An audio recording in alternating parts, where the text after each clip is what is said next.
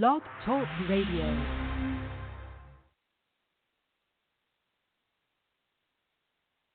Oh, I say it again. You've been had. You've been took. You've been hoodwinked, bamboozled, led astray, run amok. This is what he does.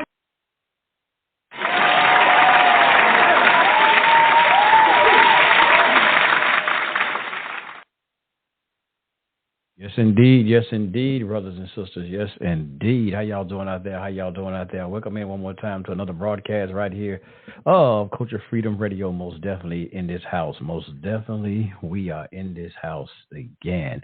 Yes, sir. This is a Friday night, man. Friday night. Yes, sir. Shabbat shalom to you again. To my Hebrew Israelite brothers out there. Well, did I say that? Yeah. Or to the just Hebrews, Jewish sisters and brothers out there. Everybody's out there who's getting ready to observe Shabbat. Yes, sir. Shabbat. Shalom. Shabbat shalom to you out there. Man, this is tonight we just got a list thing here. We just want to let's talk about it Friday. Y'all, I'm gonna be honest with y'all, man. I thought I had already posted the show. So I've been trying to post the show at the last minute, about 4 minutes into the show, man. I'm telling you, I got so many things I be doing, man. My mind just be all over the place. I surely thought I had already posted tonight. So let's talk about it Friday. We just do like we did on the Wednesday show. We're just going to talk about various things. But tonight I want to get into, I do want, because we had a show that I was supposed to had tonight, entitled it as.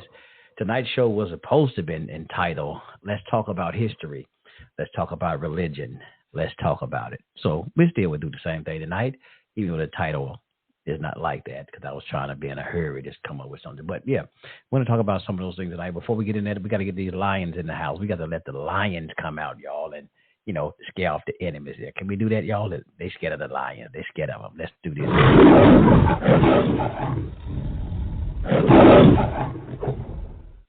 Yes, indeed, brothers and sisters. Yes, sir. The lions are roaring. So tonight, like I said, we just wanted to talk about it Friday, and we thank y'all right here. This is, I got to say it, April on this calendar we're using here in America. This is April what is it? This is April, y'all? Hell, I forgot. Yeah, but anyway, I guess it is. See that? Y'all don't keep up with no damn calendars. But I think it's April the 19th, 2024.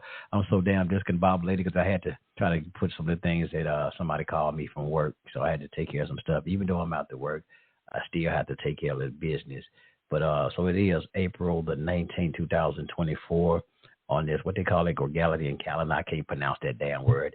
But even on the Hebrew calendar, this is the month, as they say here, April. But on the Hebrew calendar, they call it Nisan. Yeah, Nisan. Just like the car, y'all. Nisan. Yes, sir. The month of Nisan, the 11th day in the year of 5,784. Yes, sir, on the Hebrew calendar.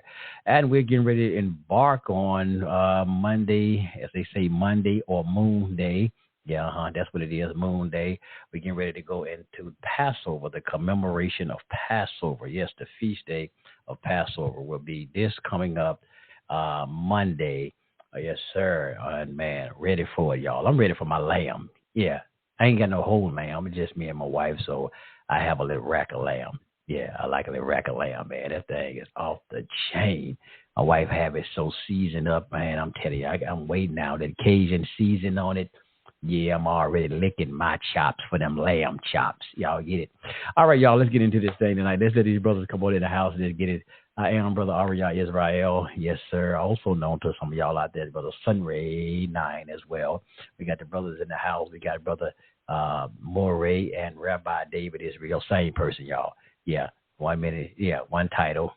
Moray David. And our Rabbi David. I'm just, let me hear it, let them get in here because I'm fucking up too big time tonight, y'all. I got to slow down and get my words together because I've been rushing, y'all. That's what happened when you rush. And see, that's what happened at work today. We had guys rushing and messed up shit. So I'm off work. We all closed down, but I still got to put out some fires even after work. So that's why you got to slow down, y'all. Don't be in no damn, as the old folks were saying in the country, don't be in no hurry. Slow down, y'all. Slow down, because you're only rushing your damn life away, being in a damn hurry. All right, y'all. Let's get it done. Let's get it on. Let's get it on like Soul Train. Shabbat shalom, brother. Shabbat shalom. I'll let y'all come on in here, man, so I can get my damn word together, man. Let me get my words together. Peace, brother Dan.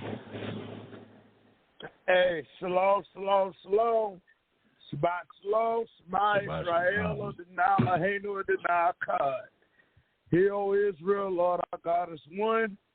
Like to say in the name of Liberation Tabernacle Yah, I greet you all with words of peace of shalom.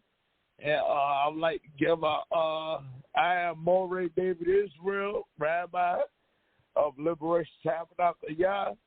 And I would like to also give a warm, good welcome to my good dear brother Moray R.E.I. Israel, who is over here, who is teaching with us every day, every night. He is always studying, got something out there on his desk to bring to us and to bring forth truth. So, Moray R.E.I. Israel, man, it's crazy. When you text me, I was actually about to call you, text you back and tell you there won't no show. but yeah, I'm just go ahead and intro myself in. I'm gonna let you open up. Whoever else want to intro into. And we got our brother Alpha Male in the house. I'm gonna let him introduce himself. Let him open up, introduce. Let you open up, introduce, and I'm gonna come right on in. All right, shalom. Shabbat shalom. Peace to the brothers. Peace. Can you hear me? Yes, Shabbat shalom. Yes, sir. Loud and clear. All right, cool, Shabbat shalom. I hear you. All right. Well, I never introduced myself, but the short of it is, I'm just brother Alpha. I have no titles, but Yes, sir. Just good to be in the house. Yes, sir. Oh, brother Alpha Man, I'm glad we let you came in on the last end, because I was thinking about something today. I don't know. I was thinking about this Greek culture and I want to get into some history about the Palestinian thing that we was talking about on the last show. But I was thinking about that. I don't know how this came to be, and I know what I was thinking about, because I was thinking about like I be watching SWAT all the time, and I like that television show, man, SWAT. And I was thinking about how certain things they have military or whatnot, they're called like Alpha Team, Beta, Delta Team, and stuff like that. Use the Greek term. I'm like, wait a minute. And I thought about Beta. I'm like, damn, wait a minute. Somebody said he's a beta male. I'm like, a beta male? What the hell is a beta male? Because I was thinking about the alphabet. I heard him say that, he's a beta male. Is that right? Is that what they be saying, brother Alpha male? Oh yeah. Somebody's a beta male. But I was thinking about the alphabet. I'm like, wait a minute. So what the hell is y'all forgive me, y'all, brother Ari, I be lost on some things. I'm ignorant to some things now. So I'm like, what is a beta male? Because I know the alphabet, alpha, beta. So what in the world is a beta male? Oh, you want me to break it down? Yes, sir. Please, because I'm lost on that. I'm lost on there, bro. I ain't know about what that is. Alpha male is one that actually, let's think, since this is Lions Vibe Radio, let's think of our lions, right? Yes, sir. Now, an alpha male will protect his pride, right? Yes, and which his pride is mainly made up of females. Then they'll have offspring, and they'll protect the offspring. So he's looking to build a pride, right? Now, a beta male doesn't have the heart to go out and create a pride of his own. So what he'll do, he'll hang around the outskirts. And when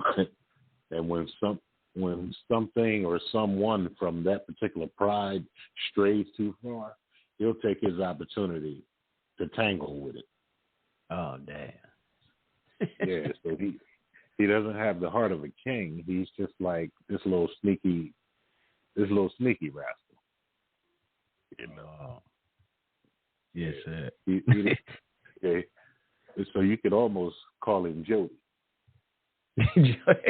You lie. Jody. Yeah, yeah. That's a good breakdown there. It's, God damn. I surely don't. I've heard it, but I don't know. I was thinking about the alphabet, and then I'm thinking alpha, beta. I was like, then that's wait a minute, what? And I just somehow the name alpha male came up. I'm like, what the? Oh, okay, I get it. Damn. Yeah. Oh, you know what? And it also like kind of go with the alphabet because A is first, and like you said, Jody. So you got she got a real husband, and then you got this because A is first. Then you got this dude over here. It's like almost a side piece. He's B. Right. Okay, so it's still fitting right with the alphabet. Okay, I got it. Yeah, because basically he just want to feed off your crumbs. Damn. Okay. Makes sense now. See, there you go. See, y'all, you got to ask questions sometimes. Don't be afraid to ask questions because, hell, we don't know everything. So that cleared that up for me right there. Yes, sir. Man, if we knew everything, our heads would explode. Yeah, man. Most definitely. Yeah. And brother, Afro American, I got to tell you too. I'm sitting here getting ready to look for this show. I had told y'all the title and everything ahead of time, and I promise I thought I posted the damn thing. And like I said, somebody called me from work had some problems, something had happened. So I get ready. I said, "Damn, I'm gonna go ahead and man, go and log in." I looked like, "Damn, ain't no show." So I just had to scramble and just put something else up here with another title. But I did want to touch on something we was touching on the last show. We were talking about the Palestinian thing and the Israel. And our elder, peace to brother Pianki, and Pianki, remember he said that, and his name going against Pianki, but none that he said, but he was like they need to get that land back to those people, far as the Palestinian, get their land back to the Palestinian. And I thought about something. I was sticking over history. I'm like, wait a minute. That ain't their damn land either originally. They're not the real occupants of that land either. If you go and I'm just looking at Wikipedia for a matter, just for the sake of, you just look up the history of Palestine. Those people who we talk about now, I got to say this for the record, that does not give Israel the right to go and massacre the people like they're doing.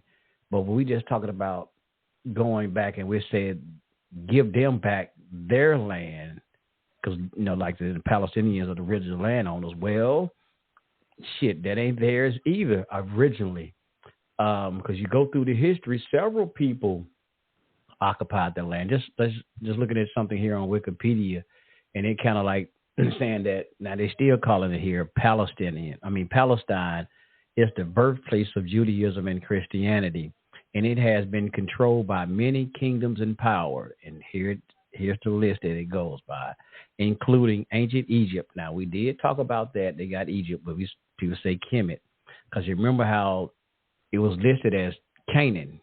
It was listed as Canaan land, and how it was saying that ancient Kemet had colonized, or it was one of their colonies at first. One of their colonies. And I think it's in this part, in the history of Palestine, in this Wikipedia article, but it's on down. So ancient Kemet, Egypt as they call it, did rule part of that area. It says ancient Israel and Judah, the Persian Empire, and Alexander the Great, as they call him the Great, were the Greeks. And some of his people, after he died, successors, they ruled in that area. And then after that, you had the Hasmonean dynasty, and then you had the Roman Empire, and then several Muslim caliphates, and the conquerors, the Crusaders. I'm just reading what it is here. And it says, in modern times, the area was ruled by the Ottoman Empire. The British Empire And see, that's where you come in at with that Balfour Confederation, did the British Empire. Before that, you had the Ottoman. So a lot of that deal would go back to Ottoman. Y'all know about the Ottoman Empire or the Ottoman Turks. So even with those people, damn, I'm trying to remember. I should have supposed to been looking this up. That was a war. It keep on going in my something. Is this 6-day war keep in my head? I don't know if that was that Israel. And it was a war that went on for some reason. This thing called the 6-day war keep popping up in my head. I'm thinking it had to do with that. I need to look that up though. But even those people are not the real occupants of that land. Several people occupied that land. Like I said, came in, even though it was Canaan, it was one of their colonies, and then we read something going from the Bible, talk about how it became the land of Israel, and then it was southern nations split. You had Israel, the northern kingdom, southern kingdom. Then you had those people who went into a lot of captivities. You had the Persians who took it over, and then like I said again, the Greeks came in and colonized. So several people, the Romans, came in and took the land from other people and ruled and colonized those lands. So like I said again, it's not even their land. So for us to say, well, they need to give it back to the Palestinians, shit, it ain't theirs. They took it from somebody else. So it's always been a constant, somebody's taking the land from somebody else and ruling that land. But yeah, if y'all, brothers, y'all got someone y'all want to throw in on it, you can, but I'll stop right there. Yeah. And so I'm gonna throw in something there to what you were saying. Add on to that, about the pre-state Israel under Ottoman rule, 1917. And it's crazy that you brought up that, because even Message to the Black Man, Elijah Muhammad had something about this in his book about how the Arabs pretty much took over Palestine in a certain period. And I forgot what part of Message to the Black Man he had it in, but he had some in there about it. I might bring it out later on if I can find my Message to the Black Man, but I know it was in there.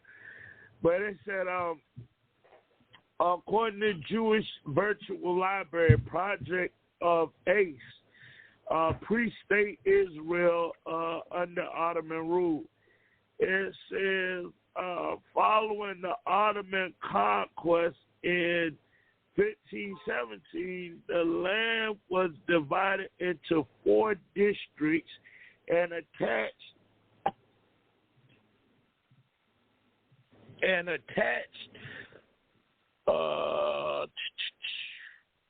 administratively to the province of Damascus and ruled from Istanbul at the outset of the Ottoman era. An estimated 1,000 Jewish families lived in the country, mainly in Jerusalem, Nablus, Shechem, Hebron, and Gaza, and Safed, Tosfat, and Safat, and the village of Galilee. The community was comprised of descendants of Jews who had never left the land, as well as immigrants from North Africa and Europe. It says orderly government until the death 1566 of Sultan Suleiman the Magnificent, and that's where Elijah Muhammad had a message to the black man. I don't know if you remember that part, but he talked about that in the Message to the Black Man. I remember years ago, back in my Muslim days, I remember reading about this. But yeah, this is on the Jewish Virtual Library. But it says brought improvements and stimulated Jewish immigration. Some newcomers settled in Jerusalem, but the majority went to Safed, where by mid-16th century, the Jewish population had risen to about 10,000, and the town had become a thriving textile center as well as the focus of intense intellectual activity. During this period, the study of Kabbalah, Jewish mysticism flourished in contemporary clarification of Jewish law as codified in the Shulchan Aruch, spread throughout the diaspora from the study houses in Shafat. But let me go down to where it talks about this Palestine, because there's a part up in here I want to say was, so, okay, here we go. So, right here, this is what I want to go into. And this is on, and, okay, here we go. So, they pretty much, the Ottomans pretty much ruled that part of, like, Palestine pre-Israeli, pre-Balfour Declaration decades. But there's another article I found on the Reg.org. And it says in 1516, which I was reading about with the Ottoman Empire on Jewish Virtual Library, it says the Ottoman Turks invaded and occupied Palestine, an occupation that lasted for 402 years, 1516, 1918, except for 9 years between 1831 and 1840, when the Egyptian governor Muhammad Ali sent his troops to capture Palestine under the command of his son Ibrahim Pasha. So pretty much during that part where the from that part of where the Ottoman Empire and Suleiman the Magnificent, where it talks about pretty much that the Ottomans pretty much had control over that whole land of Palestine way before Arabs and Muslims and all of them even was there.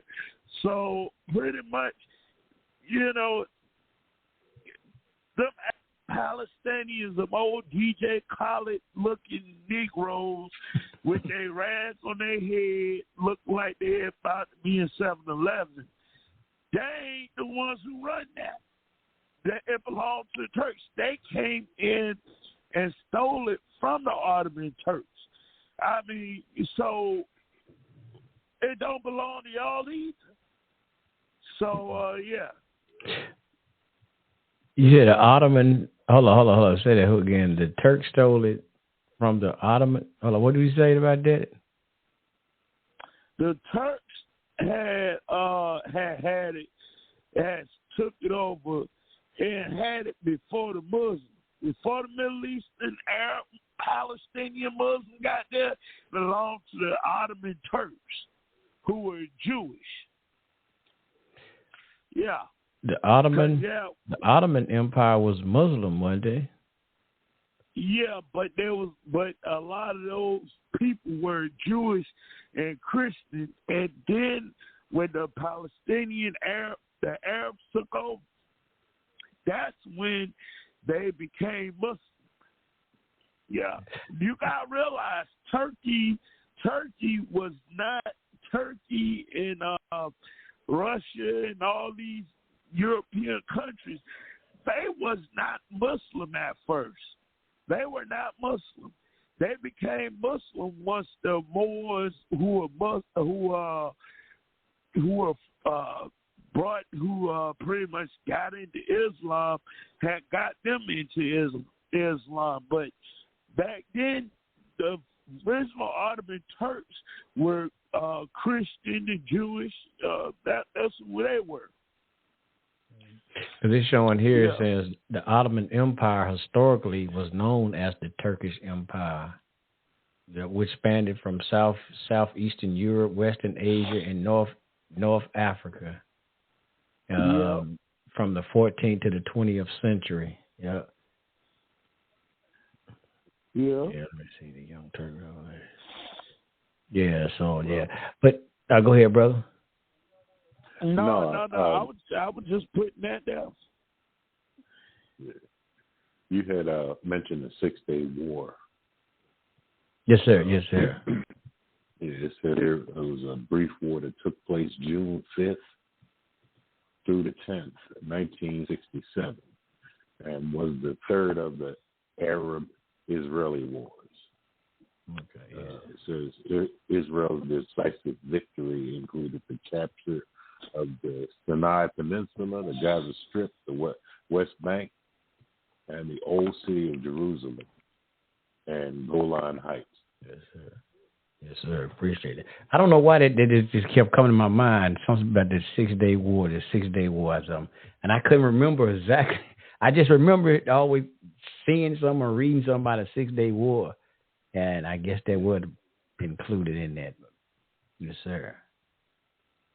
Man. Yeah, it's interesting. Because I know, like, they'll keep saying the land of Palestine in Palestine, but never, like that was the original inhabitants, but they never say anything about those Africans. I'm gonna say it like that. Africans who were, I got my book where they said they were Hamitic people or whatnot. Who were the Canaanites?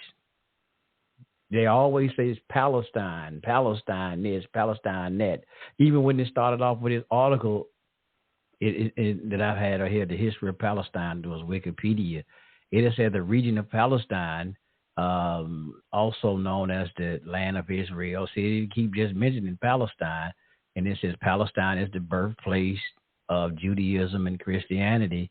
Well, no, it would have been Canaan land. Now, according to what we read in the Torah, it'll say how it was the land of Canaan, and then the Israelites went in there and basically conquered that land. So, hell, it would have been Canaan land. So we would say, if we can really say it, we could say that the birthplace of Judaism and Christianity is Canaan, the land of Canaan, not Palestine. Right. But they somehow keep putting that Palestine in there.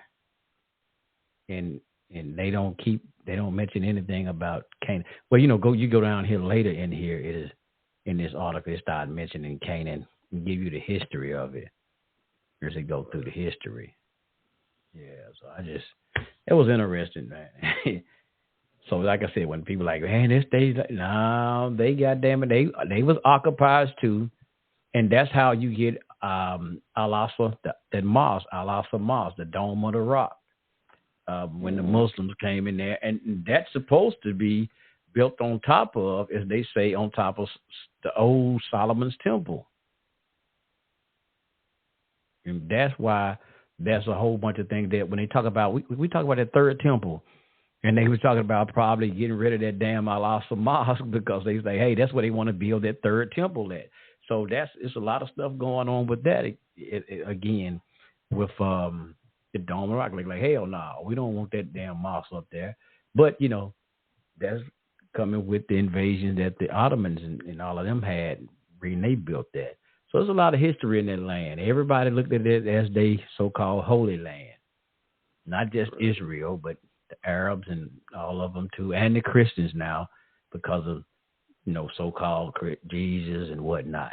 So that's why everybody's saying it is their holy land. Interesting.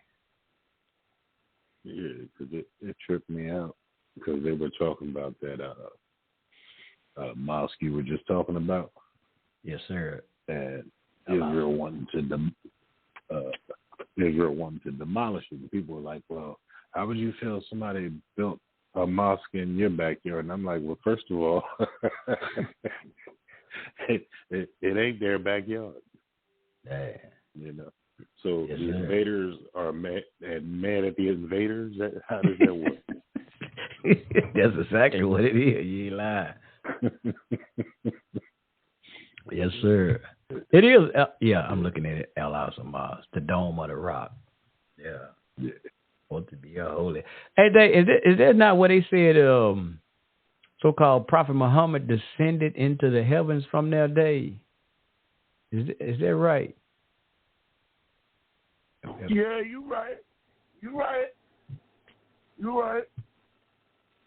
It's been a long time. Hell, I guess I ain't getting old as I thought. I can't remember a list of them, I guess. You're right. You're right. He made his ascension. Yeah. That's what they call his Misra. His Misra. Yeah, they and you know what? And and all I gotta say, you know what's so fucked up about that? Excuse my language for saying this, is he went on his ascension, but guess who took him on his ascension? Who was that? Angel Gabriel, who was Jewish, but he's supposed to be a Muslim. Hey, that's up. You got a Jewish angel taking you on, teaching you knowledge and all that, but then, you know, you got your own religion. Why ain't no Muslim take them on no ascension? But you remember who told Prophet Muhammad he was a Muslim? I mean, who told Prophet Muhammad that he was a prophet? I guess I put it like that. It was a Catholic man. It was Khadija's Catholic uncle, Baraka Ibn Nafal. Yeah. Well, they said it was the Jews and the Christians who taught him and told him he was a prophet. It was his Catholic, Khadija's Catholic uncle.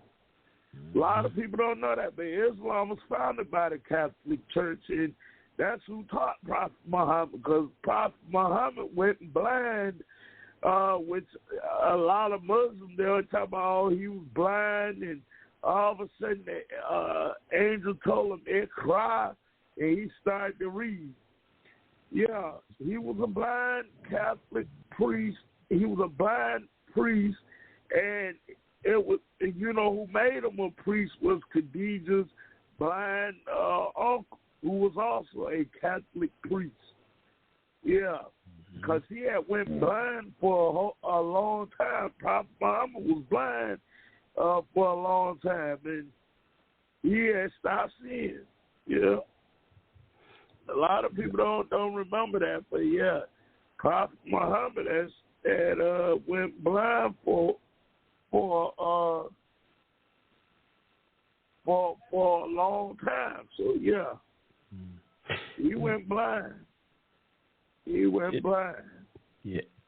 but here's something that a part of certain religious aspect that people don't really realize, because if we go back to the Holy Quran, you go back in the Holy Quran. Now, he was supposed to have been a prophet. Now, as they told him, he was a prophet for the Muslims. Well, can't say the Muslims, or the Arabs, you know, just to the Arab community.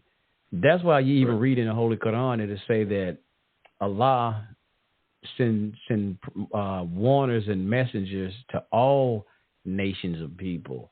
That's why Elijah Muhammad, like you said, go back to Elijah Muhammad again, say he's a messenger of Allah to the lost found here in the wilderness of North America. So it's like Allah says in the Quran is that there's never a nation that never had a warner and a messenger that had came to them and say they never had been warned.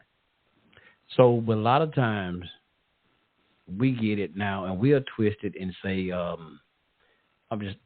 people back, even back then, people like, man, like somebody, you know, just especially, I'm trying to get my words right, y'all. I told you, I'm just so tired up tonight, hell, I can't even talk.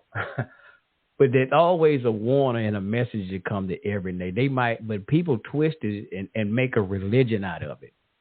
And make certain religions out of these messages and things, like Islam had came to be a religion. And that's why even in the Quran it says that I created you as a single nation and men. And then the note did it say how that people, he created you for one single nation. So y'all may, you know, now he said I created you from different nations so that y'all may know each other, get along with each other. But later on it says that people had came and caused these differences with each other, because you black, you so-called black, you white, you know, you this, you that, and we cause divisions. And it's not supposed to be that way according to the Quran. But everything's supposed to be about these stories and certain things are supposed to be about teaching man about, like I said, humanity, how to supposed to get along with each other. But, a lot of that didn't ever happen. But there's a lot of great teachings that's out here in all of these different religions or schools of thought, as Dr. York would say, different schools of thought, in which it truly is. But sometimes how people have perverted it and made it out of something they are. So even with Prophet Muhammad, it's supposed to have been a prophet to warn the so-called people of Arabia. And that's it. And so, like I said, there are some great teachings in the Quran still. And I never studied Buddhism and none of those other things, and Hinduism and some of those other philosophies. Most of the other, I forgot the other dude's name. I think it's Hinduism. I know Buddhism, that was Buddha. That might have been the same thing. I forgot because he came out of India. So I might be twisting them up together. But, yeah, man, that's why we have to understand ancient literature we were talking about the other day.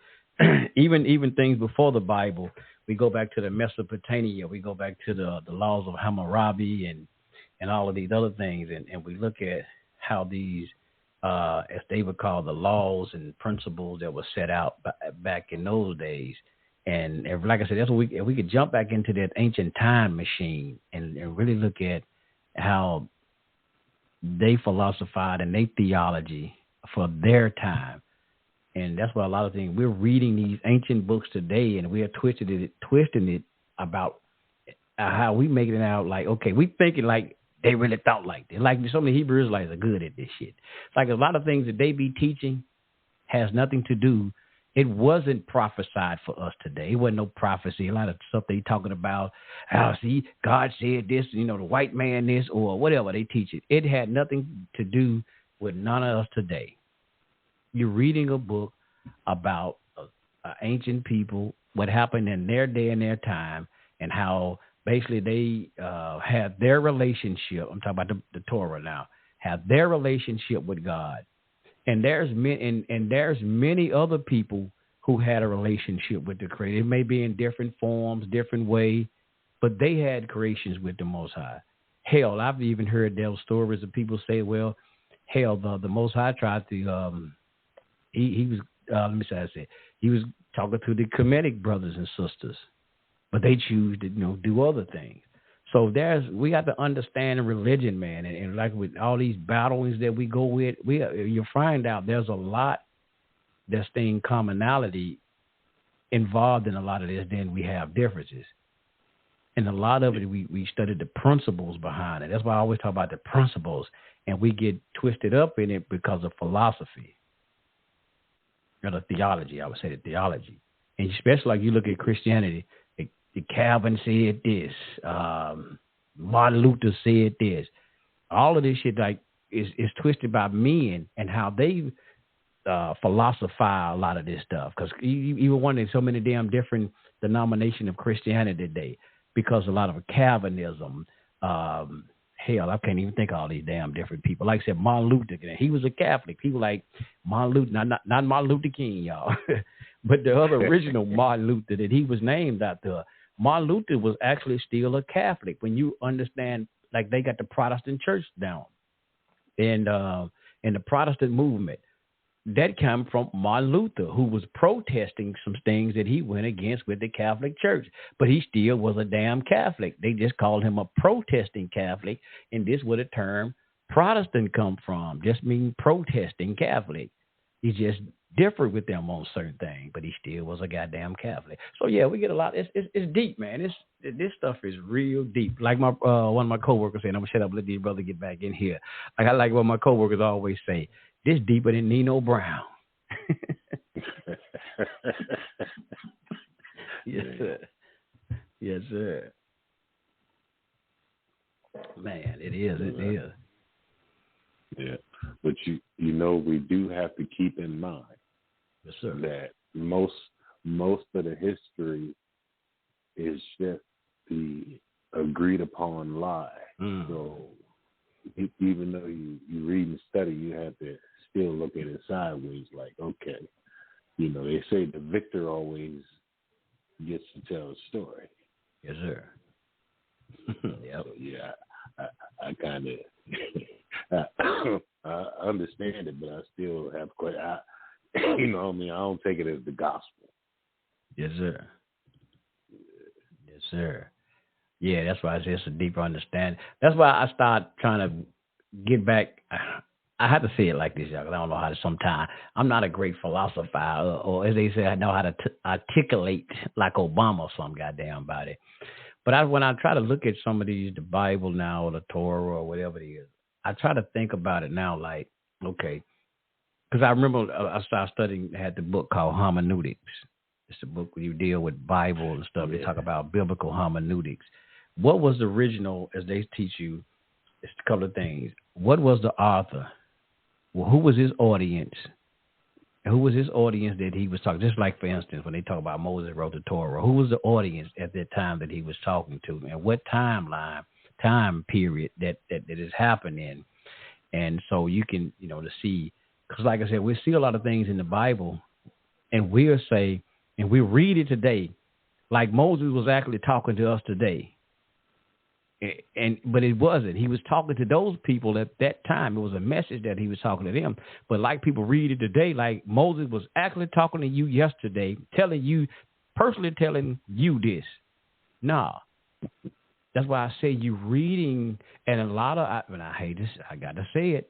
I got to just be flat-foot truthful with it. And that's why a lot of Israelites hate to say, they might say, it ain't no history book. It ain't got nothing to do with history. It's not a historical book because they want to make it like it's about them. Like somebody wrote this 2,000 years ago about black folks in a goddamn America. No. That's why all this Deuteronomy 28:6, the whole transatlantic slave trade is a bunch of crap. It's a bunch of crap. It ain't got a damn thing to do about us coming over here on those ships. It didn't have a damn thing to do with that. It's not. You can fix it up, twist it, and do it any way you want to make it out, but it's not. I have a damn apocrypha over here. They love to talk about the apocrypha with the book of Maccabees. Now that's Maccabees 1 and 2, but I bet you they won't read Maccabees 3. That's a 3 and 4. Yeah, they don't have that in that regular apocrypha they have. And when you get into Maccabees, they call it the pseudepigrapha books. They didn't put these in the regular Bibles or whatnot. They put these out and called pseudepigrapha. They didn't canonize them. But it actually goes into and tell you about how the Jews went on ships and changed back into, as they say, back into Egypt. That's in the book, in the Apocrypha, the third Maccabees. Is in there. It's right in there. And this is why I question a lot of things. Even I like to study because I'm nosy, y'all. I be nosy because I have to question things. I be questioning. Like, okay, when they tell me about a lost gospel, well, like I said, these what they call pseudepigraphers. Now, there's a whole bunch of books. They got said the book of Abraham, the so and so of this, the 12 patriarchs, and I'm like, well, damn, who decided? Who made this decision? What books are, as they call, authentic? What books that they were going to allow to put in the canon, and what books they were not? Who made that decision? See, I be questioning all of this stuff. Who's to say this is not authentic and this is not authentic?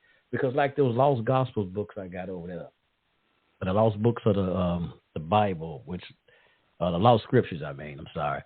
They actually will go in and give you the heading, and they'll tell you like it's certain books like there was a group of so-called, as they say, so-called Jews who kind of believed that, as they say, Yahshua, a.k.a. Jesus, was the Messiah, and they followed him. They was called the Ebionites, and they had a certain doctrine they followed with a part of Matthew. It's not like the book of Matthew that you got today, and they'll show you like certain things.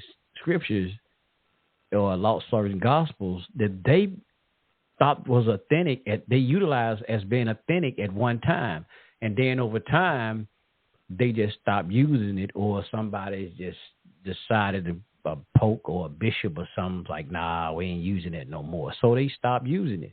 But at one time, some of those gospels or whatnot, they did look and say that they were authentic. And they went by them. And so that's my thing. Who the hell made the decision Because like the book of Daniel, if y'all know of anything and studying the Jewish context, and you get a Tanakh, and Daniel's, the book of Daniel, some people tell you the book of Daniel it has prophecy in it, right? They tell you Daniel was a prophet. But if you get a Hebrew canon and how it's canonized, you will find that Daniel is not in the book of prophets. Daniel is not in the book of the prophets. How it's actually canonized in what you see Hebrew Bible. Now King James they have the Christian Bible canonized their books totally different. Now because you have, everybody know it, you have what we call it Tanakh. It's just what they call it an acronym for the three different books, separate books. You have the Ta, which is the Torah. Then you have what they call the Na, which is the Netavim. That's the book of the prophets, all the book of the prophets. And then you have what's called the Ka, the KH, which is the book of writing, which consists of, like Psalms, Proverbs, the Songs of Solomon, Ecclesiastic, a lot of the wisdom books, Ruth and stuff like that is in there. And Daniel is even in the book of the writings, because they said Daniel barely made it into the canonization. It barely made it, because there was a certain time period when they just looked at certain writings and they stopped and like, hey, well, because like you look at the Apocrypha, talk about the Apocrypha, they said that was the time of the canon had been closed. So even though when you get like the book of Maccabees, they talk about when you have Hanukkah, the Jews, most in Judaism and whatnot, and other religions, they they recognize the Apocrypha, but it's not in. They didn't have it in the canon, and that's how they still have the Hanukkah when it comes. They recognize it, but they like, well, the canon has been closed, so it's not part of our sacred scriptures. Even though we do recognize it, but we don't recognize it as part of sacred scriptures. Like Daniel is one of them. It barely made the canonization, according to the history. It's deep, so it's not. You get like a regular Tanakh, the different ones like they call the Netavim. Daniel is not going to be in there. You have Isaiah, Jeremiah, and all of them other prophets. Daniel ain't going to be in there. It's going to be in the book of the writing, all the wisdom books. But yeah, go ahead, brothers.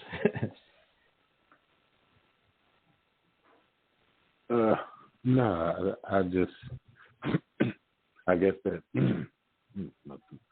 I guess that goes back to my point, like you said, like who decides what's what, and do they have an agenda? Just like we talk about the liberals all the time. Like they don't do anything for the people. It's always something to push their agenda.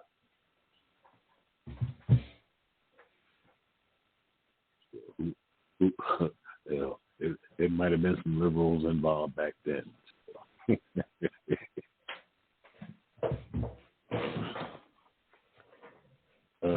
Somebody fighting over there. My bad. That was me. I was trying to grab the different books. My bad. I should have muted my mic. Oh. I look through my books, trying to grab some books. I thought Mike Tyson heard us last week and came to pay you a visit. God damn, my bad. I didn't know that Mike goddamn it too sensitive there, and I got to cut it down so we can pick up all that background noise. Yeah. Yes, sir. But you're right, brother. Like I said, you have to question this, man, because and people will have, and see, here's why a lot of people won't question things, because they make you think if you're questioning the Bible or the literature, you're questioning God. No, you're not. You're not. You're questioning what's being presented to you as the Word of God. That's what you're questioning, because just because somebody tell you, oh man, it's the Word of God, you got to follow it. No, hell no. And that's how so many people, like, you had, like, remember the Heaven Gates cult, and you have the Jim Joneses and stuff that goes on. Because people can come throwing out and tell you God said this and God said that. And hell, God, if he can talk to you, if he say the Most High talk to you just like he talked to them. Hell, a lot of them that ain't that damn special. No, because I don't know who your God is, first of all. So like I said, because hell, Satan might be your God. I don't know, bro. I don't know who the hell you talking to. Oh, yeah. So I'm not gonna follow you because you put God on it. Yeah, that's like when I hear people say the Messiah, I always ask them, well, which one? Right on. I mean, you got to be a little more specific than that. Yes, sir. But see, you get it with that one, brother, because they ain't got the knowledge on their Messiah thing like you do. Because first they probably thinking, Christ. We talking about Jesus Christ, brother. You don't believe in Christ? And then when they say that, you still like to say, still again. Which one? That's the Greek word for Messiah. So which one are you talking about? You still talk about anointed. Who the hell are you still talking about? Right. Yeah. So when I learned that anointed, I was like, well, that changes the whole game. Mm-hmm. Because you got people running around talking about he was God in the flesh, and I'm like, well, hold up, that's not what it says. Yep. Oh man, you going somewhere now, Bill? Going somewhere now. Anointed just means wise, right? A great teacher, or like I said, almost like somebody appointed, like a judge. A judge, right, or someone who could be appointed. We could say appointed or anointed, just for a particular mission. Because, like I said in Hebrew, now again, it goes back because different traditions can have that same thing, like a position of anointed, but theirs might be different. But that's why we go back to where we talk about. Because when we talk about Bible, Torah, we had to go back to how did the Hebrews, that word applied in the Hebrew to the Hebrew tradition. And so like with that one, anybody who was basically an authority figure, like back in the day, now, even when we use this word king, and we know that it wasn't called that because it's English. So but anyway, anybody who was like we talk about King David, King Saul, the Levites, you know what I'm saying, the Kohen, what they call priest, which is that's English. They went to the Catholic Church, they word priest. But that's a whole nother subject. Anybody like that in authority, because hell, they didn't have to be even an Israelite, because King, what's the guy name? Cyrus. He was a Persian from Persia. Like the guy was talking about the Persians and stuff last time. He wasn't even from Israel, but he was called the Most High's anointed. So yeah, it just go back. So but in another tradition, it could mean something else, totally different. So that's why when I be talking about the Bible, you had to go back. Okay, what did that mean to them? So when Christianity came now, they have flipped it and made it some totally like you said, bro. They don't flip it and made it some totally different. God and flesh and all that old stuff. Yeah. Or they made the anointed or Messiah be a savior of the world, and Hebrews didn't. That's wasn't the tradition at that time originally. You said, right, brother? Right. Now, have y'all ever heard of a vicar? A vicar, a vicar? I heard, Is that the same thing they be talking about the Pope? Is the vicar of Christ? Yeah. But they also, I couldn't find a lot of detail on it, but he's supposed to be an intermediary between the people and the church. But I also heard it used the same way you just explained it. So they were called the Pope, the Vicar of Christ. Like he gets all the phone calls and then he dole out the assignments. Yes, and I heard somebody also said, mean the Vicar of Christ, meaning the Pope stand in the place of Christ or Jesus. I just said that here because I got to quit saying that because they think that's supposed to be it. He's standing in the place of so-called Jesus until Jesus come back. And Brother Alphabet, I don't know if you know this one. Dave, I know Dave though. We got a brother who's an Israelite or a Hebrew Israelite. Basically he's saying that's who he is. In the ISUBK, General Yohana. That's who he claiming that he is. Claiming who he is what? Oh, Dave, I know you know this one, Dave. Don't General Yohana, he don't say Vicara. Don't he? You ever heard him say that? He don't say the word Vicara, but he's claiming, I heard him say it on several occasions, basically somewhat, he's here to Christ is standing in the place to, as they say, Christ come back. I've heard that nigga say that. I've heard him and Nathaniel Ray say that shit. Oh, I ain't never heard Nathaniel. Oh, damn, but I wouldn't doubt it. Yeah. He said, all them damn dudes is nothing but they all want to be a Christ in the person. Hell, even Farrakhan say that shit. Don't Farrakhan say he's a new Christ? Shit. Yeah, he did say he was the messenger, Messiah, some messenger.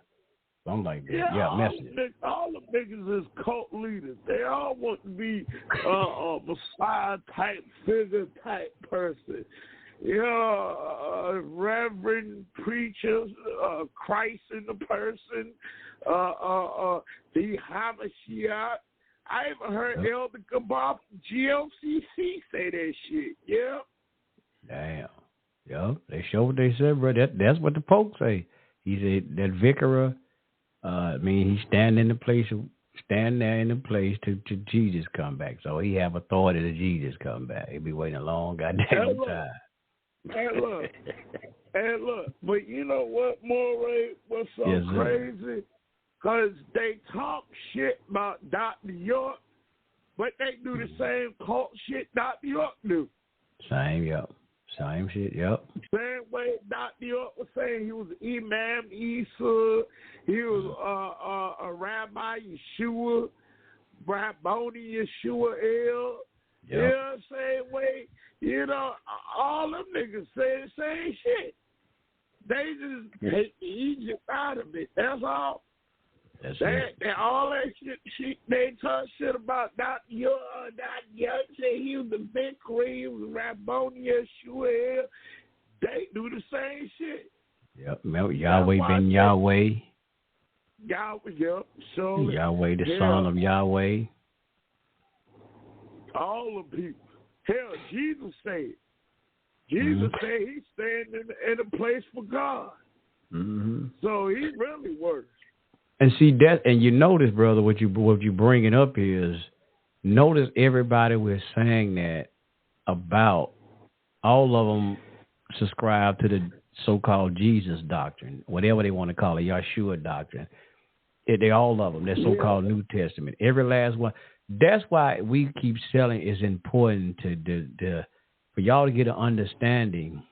For those who y'all say y'all deal with the Bible. Get understanding of the true meaning of what a Messiah, or they say the Messiah, or we say in Hebrew Mashiach, or as Alpha Male was actually going into the anointed, what it actually meant. And that's why you keep having these dudes that keep on popping up, talking about they this special superhero character.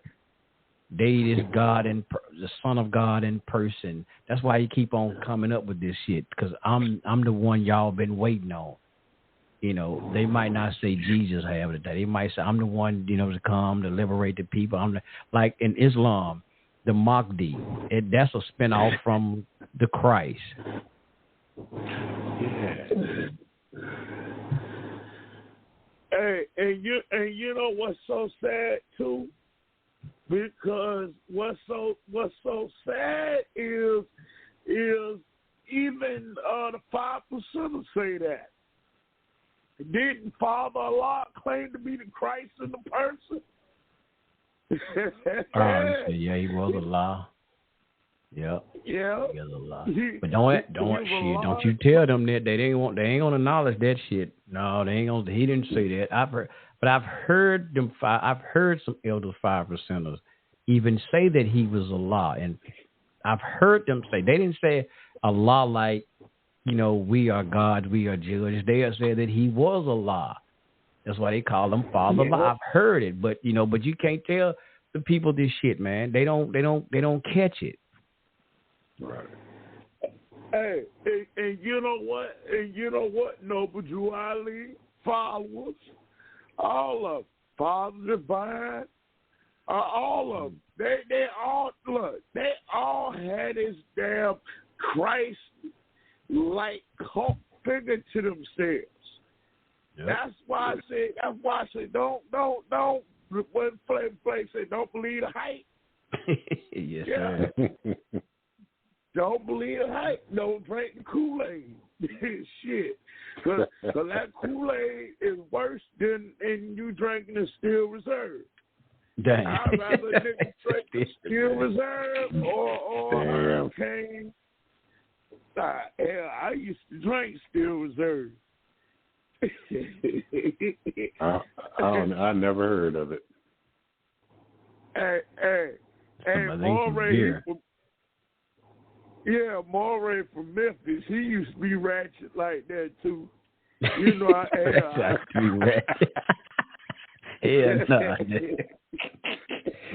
think it's some kind of beer. I've seen the cans. I ain't never drank it. I wasn't no beer drinker, but it's a beer. It must be some strong beer there. It must be some malt liquor or something. Hey, it's the shit your boy Player Fly be drinking. Oh, yeah. It must be malt liquor. Yeah. And here goes the trip part where they'll try to use, even you mentioned the 5%ers, go to Psalms. I'm going to read my complete Jewish study Bible because we had the notes in here with it. Like Psalms 82, and this is what a lot of the people that they'll try to go to, Psalms 82 and 6. Now, it says, now it's going to read different from the different King James. Yeah. Let me start at verse 1 first then. Let me start up there. Now, this is different read different, y'all, from your regular King James version. I'm reading my Jewish study Bible. It says, and the Elohim, as it said, God stand in the divine assembly with the Elohim mean judges.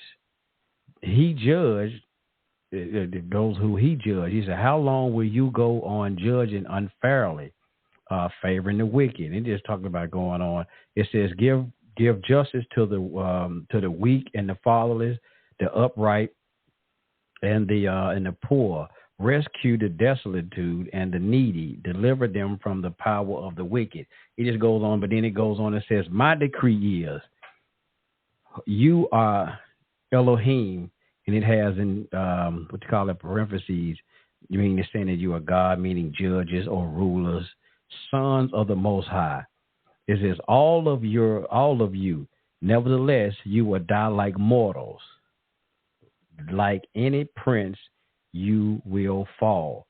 So when these guys but that's what, like Dave was saying, King James says that ye are gods, children of the Most High God. They love to read that right there.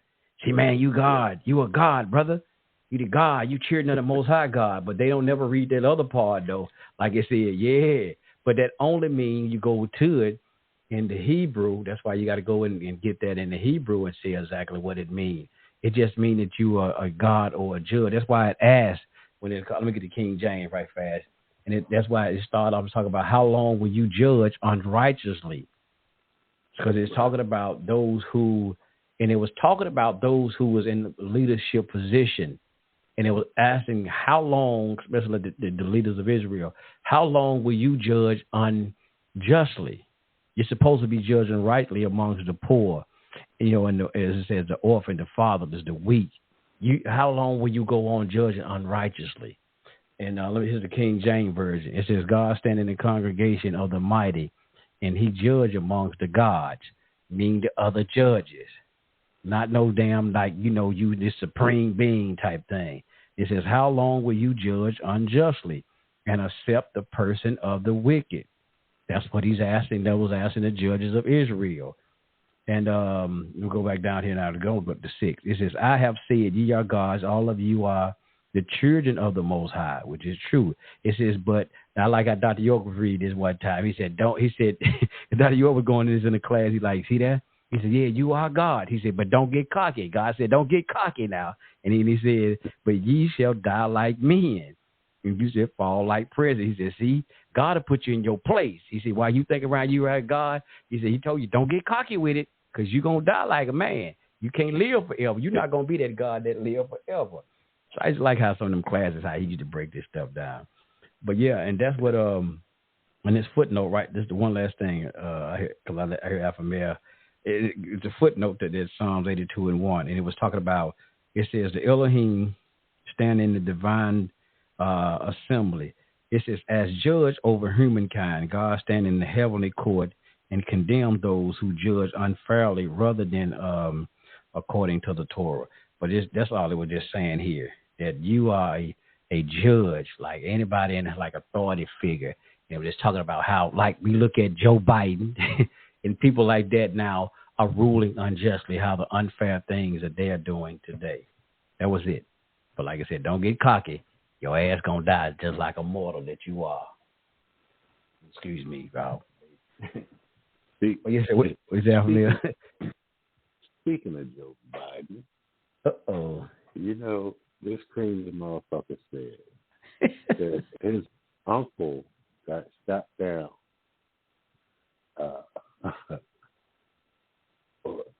when he was in the Air Force. Yeah. And his plane went down in New Guinea, right? So Biden said they never recovered his body. So he was probably eaten by cannibals, because there was a lot of cannibals in the area at the time. I think I heard something. That damn Biden. I said, man, and I didn't even know what was happening until I heard something saying, oh, what he really was saying was he was proud of his uncle for serving. So, you know me, I'm going to go find me an article talking about he was eaten by cannibals. Damn. I said, boy, that show been over for a long time. Yes, sir. They say he been a lying scoundrel like for a long time. He sure have. It was like that resurfaced video of him whispering that little girl was talking about she a sexy kid or some shit. Oh yeah. And thought Mama was gonna snap a pic, but Mama was recording. Yeah. Oh yes, right. I did send y'all that. Was and y'all saw it, but both Democratic Joe Justice. He ain't responded to me either when I sent him the video. He ain't responded back either and said, "No, that ain't AI. Y'all right. Yeah, he did that either." If Justice is listening, shame on you, son. That's right. Cause every time we send him something, I sent him a little comedy thing the other day. It was about something. I said, I already know what you're gonna say. It ain't funny. Yeah, it was about Trump. I think it was a dinosaur or something. He bit Joe Biden's head off or some shit like that. And he don't never find none of that stuff hilarious. Yeah, that ain't funny, son Ray. I don't find no humor in that. As I always do. Here goes a little clip, man.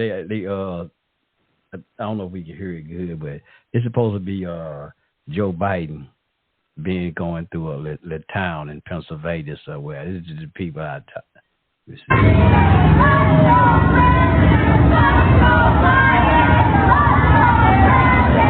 You can't hear it clear, but as he's driving through his motorcade is driving through, the people out there on both sides of the street hollering, "Fuck Joe Biden, fuck Joe Biden."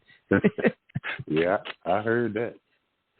Yeah. Oh, you didn't hear it? Okay. Yeah. That dude hated, boy. But they said he got the popular vote.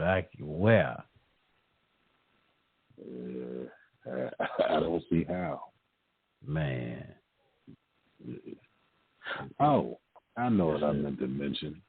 I don't know if it's happening in your city, towns, or states, but the school districts around here, man, are having votes about raising taxes for school expansion. And, everybody voted no the first time, so they're going to try it again. And I'm like, hold up, y'all ain't teaching them shit. I'm already paying, and I'm not paying taxes. They've been taken from me. They steal them, because there's a threat of violence that comes along with it. But no, they do this shit. It seems like every spring they need more money. The utility companies now they bitching. They need to raise the rates. So yeah, keep your eye on the notices in the newspaper, because they have to put it in there. They have to have votes, agendas and stuff like this. So keep your eye open, because if you don't go vote, if you don't show up, then they just gonna railroad you. Damn. That shit is crazy. Yeah, I was just looking at some crazy shit on here, man. Damn, on Twitter. Damn. What's some crazy idiots, man. There's some sick people out here. Just seen a thing on here. A Georgia man, Jeremy Williams, sentenced to death for paying a mother $2,500 to rape her 5-year-old daughter before murdering her. Damn. He got the death penalty. I think he would have said he got the death penalty. Like people saying they need to give her ass the death penalty too, the mother the death penalty too. Yeah, I think she should be locked right up with it. Yep. Damn. Paid her $2,500 to have sex with her daughter. But they had rape. Shit. Yeah, man. That's something we got to protect these children. Oh, you did, man. You can tell it wasn't the first time the mother did something like that. Yeah, I saw that. That shit was sad. I was like, what kind of shit? What the fuck is the world coming to? Hey, but I tell you, it's gonna get only worse. Yep. It's gonna get worse. And look, see that shit with Nickelodeon exposed that shit. Them parents that sign their kids up for Nickelodeon shows, they need to be locked up right along with the Nickelodeon producers. Yeah. Shit. Damn drugs, man. A lot of people on drugs and some other shit. And I would say that right fast and then say that. I went to the store to get some black paint. There, I was gonna spray paint this the thing. I actually seen a little obelisk needle I had got at work. All right. The obelisk needle. The obelisk. And so I won't come home, spray painted and all that. I gotta send it to you, man. I take a picture, send it to you. But anyway, so I was in the store getting some spray paint, and I walked to the counter, and the lady was like, "What's your date of birth?" And I just stood there and kind of looked at her for a minute.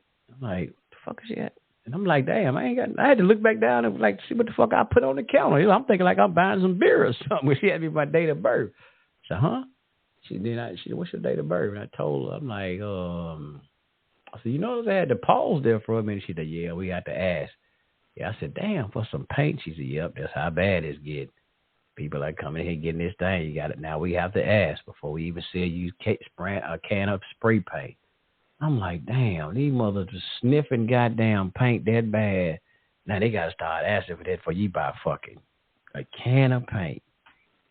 No, damn, spray can of paint. That shit. I did. You know what? You know what though? I worked on construction sites when I worked for the temp service, and them Mexicans, they spend on gasoline and shit. So yeah, and the white people, they real big into that down here in VA. They got to lock up construction site equipment because people do that. Yeah. Damn. I worked in construction field before doing temp service, and they used to have to lock up all that shit. Paint thinner, all that. Paint chips.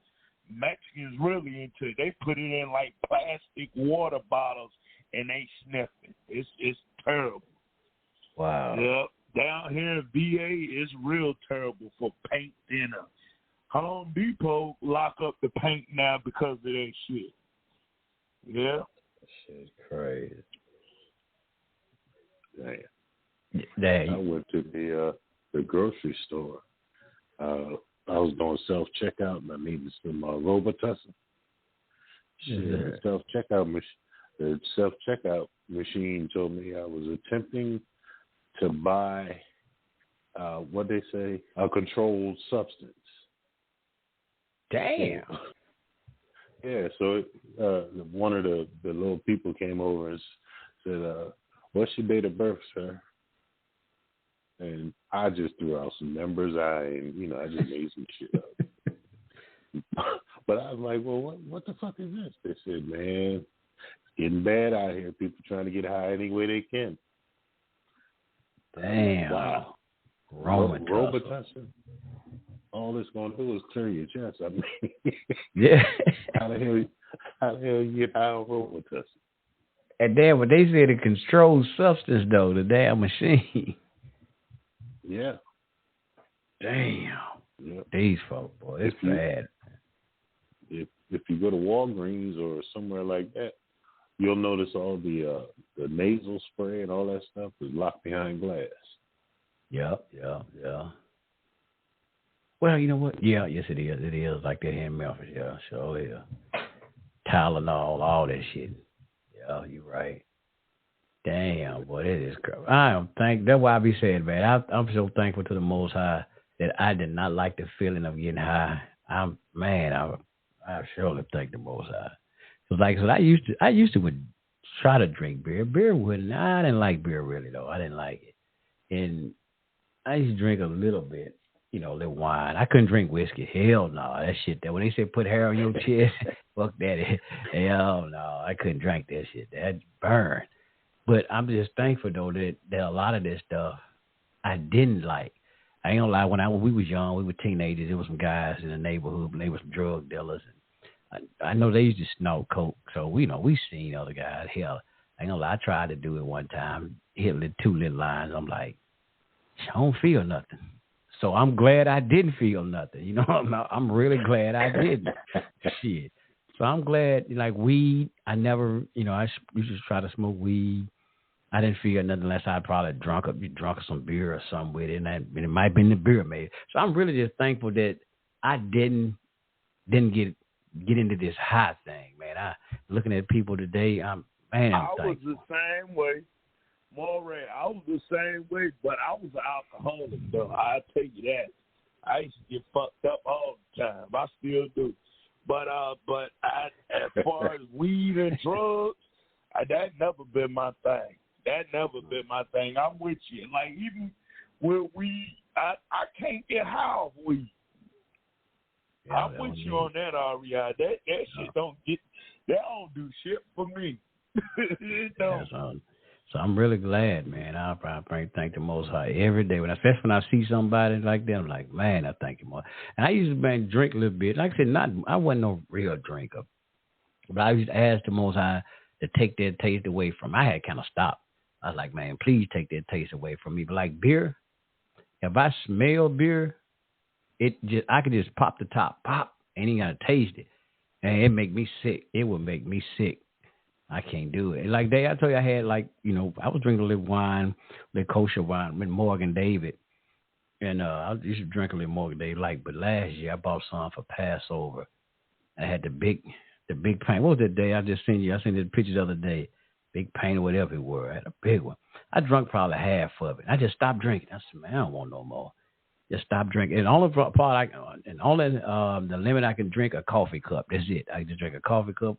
Other than that, Drink over a coffee cup, I'll be drunk as all know what. So my tolerance for liquor is it ain't worth a damn anyway. But I had that whole bottle from last Passover to I think I poured it out around my December sometime. I poured it out. And just not too long ago, my coworker, he was messing with me and said, man, I got you something. And he brought me another big one just like that. I was like, damn. I said, well. I said, since you gave it to me, I probably drank it for Passover. And he thought I was lying. He like, man, yeah, Passover, right. You going to drink that damn thing you get out? I said, bro, I don't really drink no more. He said, yeah, I Passover. So it's still in there now. I might open it. I don't know. I just don't have it. Like I said, I never really was a drinker anyway. But so I might hit it for Passover. I might just give me a coffee cup. That's it. But I don't know. I might not. So, and my wife, she used to drink. She used to drink. She was a heavy. She used to drink that damn cognac. Man, I used to hate when I first met her. But she was doing it when I first met her. I didn't know she'd drink, but until we started really just, move in together and all. Then I seen she drink. She used to drink, smoke cigarettes. Now she don't do nothing. She won't do none of it. Strongest thing she'll drink is coffee. So it took time, man. But yeah, I just see these people. I see these pictures with people now on video. You go through Twitter and Instagram. They show people standing up, man, just bent all over. Man, with this drug epidemic, fentanyl and all this shit, it's bad. It is terrible. Terrible. It's sad, man. And what would make me sad when I really see that, even though they're grown people, I still see them. I see these people, and I think about their parents. I was like, damn, that's somebody. And I was thinking about, and I'm looking at them, even though they're an adult, but I think about, I see that their parents are like, damn, man, I know their mom and daddy feel bad. That's somebody's child. That's somebody's child. And look how this person, that's how I see it. I just visualize, I see them as an adult, but I also start visualizing them as probably a 5 or 6 year old and how their mama feel, a parent might feel about this, how their child turned out. That's what really did get me, man. It's hurtful. All right, we got our Elder Pionki in the house. We got our Elder Pionki. Peace, Brother Pionki. Welcome in, brother. Peace. Well, good afternoon, everyone. Good evening, shall I say. Yes, sir. You're talking about drinking. I never drank or smoked myself. Well, I tell you what. When I was a little boy, I tried smoking a cigarette and threw up all my food, so I had to cut that stuff out. Yes, sir. But whenever we worked at Anheuser-Busch on a project, and you get up on those floors where they had them storage tanks, and they got taps on them, and the workers take a cup, fill it up, drink beer right off the tanks, just before they go to the bottling plant. Man, let me tell you something. That is some of the best tasting stuff you ever want to taste. And beer right off them tanks. Man, I don't like beer, but I sure would drink some of that. Yeah. And fill my thermos up and take some home to my wife. That is some of the best tasting stuff you ever could taste, man, is that beer right off the tanks just before they send it off to the bottling, where it's bottled or can. But anything else, I can't take that. Yes, sir. I'll tell y'all this secret, man. Back in the day when I first started doing Blog Talk, my first show, I wanted to do a talk show. By the time that thing said Blog Talk Radio, I got nervous. I hung the damn show up. Bloop. I was there. And then I just started playing music. I was like, man, forget this. I started doing music when I started doing it. And then I was going to say, okay, I'm going to go ahead and talk. I'm going to do a talk show. And then I used to sit there. I had to drink me a little cup of wine first, kind of get my nerves settled. Then one day, me and my coworker, we was at work, and we were reminiscing on drinking. Man, we got on talking about some damn Mad Dog 2020. How about I act a fool and bought me some Orange Jubilee, and I drunk it right before this show. Man, I was on this show drunk as a mother. So I didn't do a complete show. I was so damn drunk on this show. I was like, oh hell. I heard I probably did 30 minutes and hung that bad boy. I was drunk as on. I said, I never do that no more. I went to work and told her, I said, man, don't you ever talk to me about no damn Mad Dog no more. And I was through. So, nah, because that's what we used to drink when we was in, junior high. We'd sneak and get us some of that Mad Dog 2020. It was cheap. We had our little lunch money, put that together and get somebody to get it. Man, but that's or some Ripple. See, I never had Ripple. I didn't know that was a real thing. I thought that was just some Fred Sanford stuff. I didn't ever know that was a real drink. Yeah, it's real. I did. I thought that was Red Fox. Damn. That was somebody said it was a real drink. You never heard nobody say they drank Ripple. But it seems like everybody smoke weed now. I ain't gonna say everybody, but yeah. And the only way I can say it's that is from the way it smells. Oh, man, I don't know how these people are high all the time. I don't know how you do it. When you have that, when I was on construction sites, all my employees had to do what they call panel tests. Mm-hmm. And I think they had 10 panels, and the highest was 15. That's where they test you for everything. But a lot of people had stuff in their system, and they couldn't work. If you ever have marijuana in your system as an airline pilot, they take your license, take your certificate. Wow. And teachers not supposed to teach if they ever found to be using drugs. Hmm. And that's the crazy part. Like we was always saying that's a trap when we talk about how they legalize and all of this stuff and call it what that medical marijuana and all this. But we keep saying that's a trap. That's just my opinion because, like I said, people, hey, you like guys who got their CDL. I say, man, you ain't gonna be able to drive no truck. They're not gonna let you get behind no damn truck with no medical marijuana card, bro. You're not gonna do that. Like in Arkansas, when they first started trying to do it over there, they told them, well, either you gonna have to make a choice. You can't have a gun permit and have a medical marijuana card. You're gonna have to make a choice. You gonna defend yourself or you want to get high. You can't have both. So I don't know. They trapping people, man, with that. I'm not cool with anything sponsored by the government in the first place. There you go. Uh-huh. Yeah, these politicians as crooked as a damn branch on a tree. Both parties. Yep.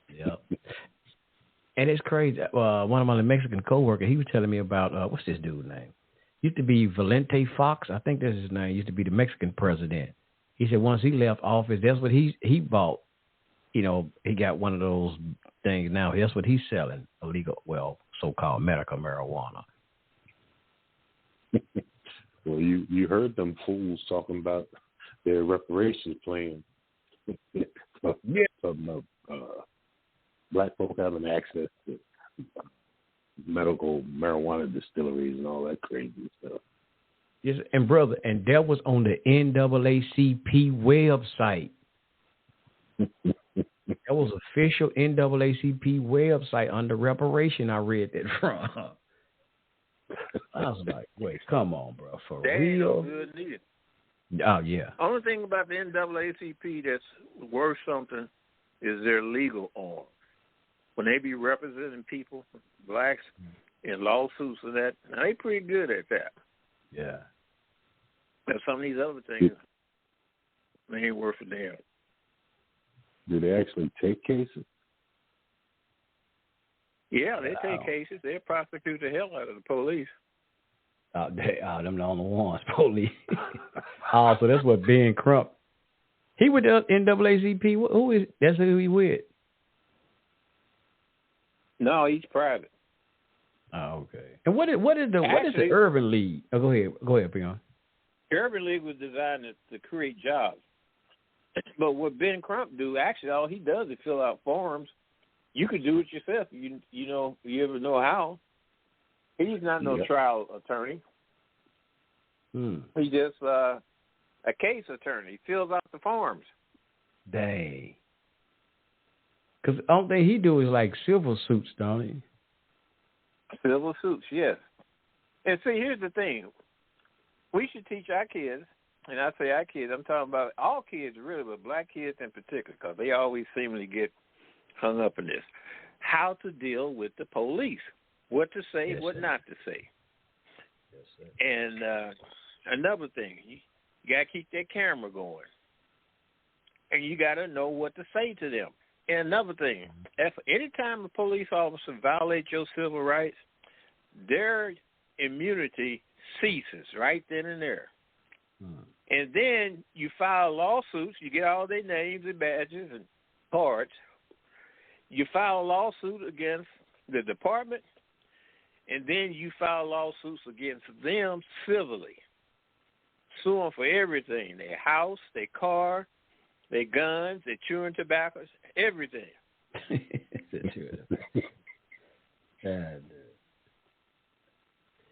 Man, yes. And another thing that's needed, when they violate somebody's civil rights like that, it should go in a national registry so that they can't go someplace else and get a job, because the city or the town needs to look them up, because they're taking on a liability that will cause them to pay a lot of money at some point in time.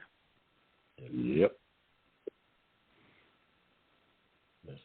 I wish I could find that video. It's a video with a brother. He called himself King Rondo. I kind of played a video a long time ago. But this brother here, he deal with a lot of youth. He has like a boys, it's like a school where he teaches young men. And he had a video where he was teaching them how to interact with the police. I mean, he had it.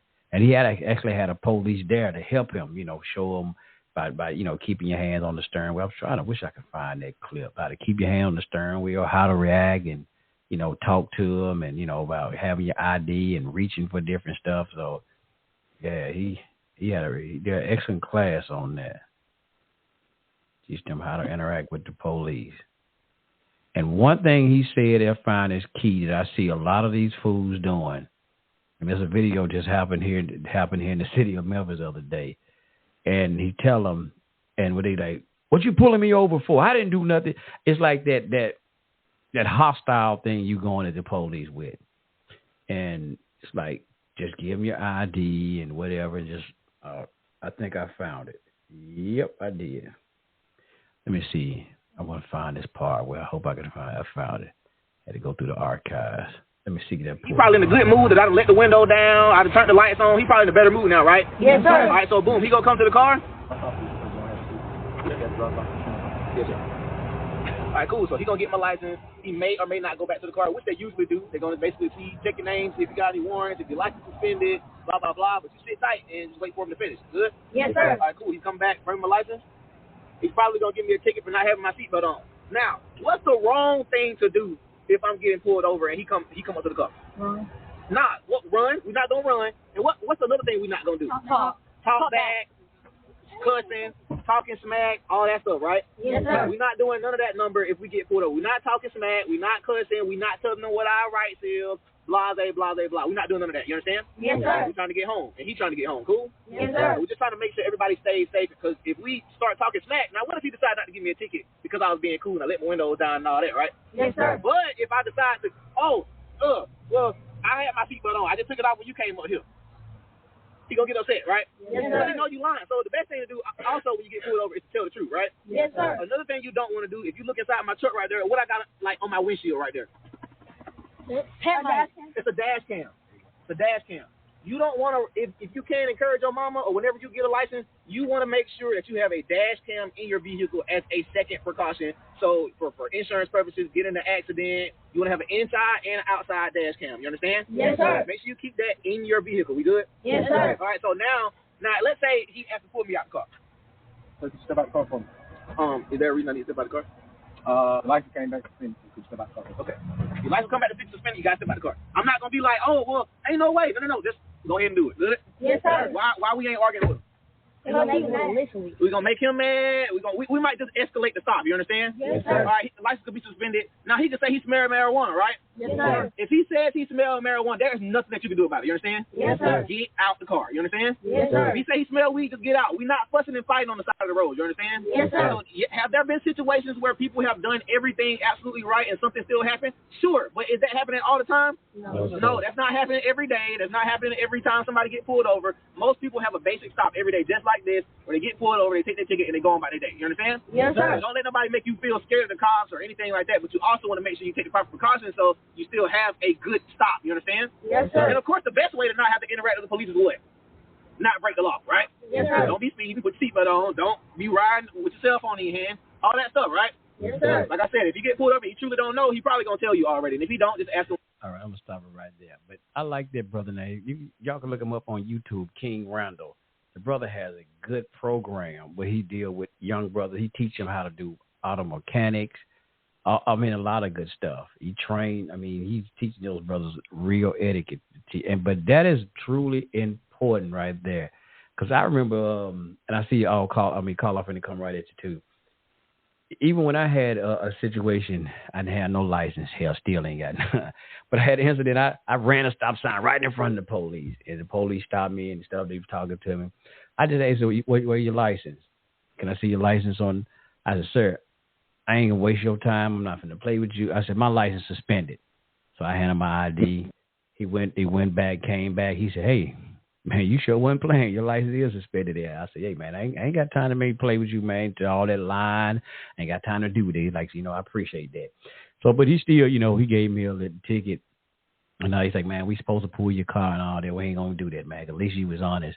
He's like, man, let me tell you something. He said, man, next time, he said, all you got to do, he said, man, if you're going to drive, I ain't trying to tell you to drive. But he was like, but if you going to drive, he was just trying to give me some hints, though. He was like, man, make sure your tail lights, headlights, all your stuff working on your car. He said, number one, quit running these damn stop signs in front of the police. He said, man, but you had to check all your stuff. He said, we would never know you don't have no license. He said, we wouldn't have no reason to mess with you. He said, he was a white guy. He was telling me, like, I ain't telling you to drive that, but if you drive, this is what you need to do. And, man, I promise you, I make sure everything working and try to take every damn thing and make sure you're right. And I've got behind me. Sometimes you get nervous as hell, like, God damn, they're going to pull me over. But I'm like, everything's straight. Legit. My wife, we got insurance on the car, all that. But I make sure. But like you said, the thing is to just be honest. All that line, I did all that before. Yeah, sir, I got a license. I might show them the damn ID.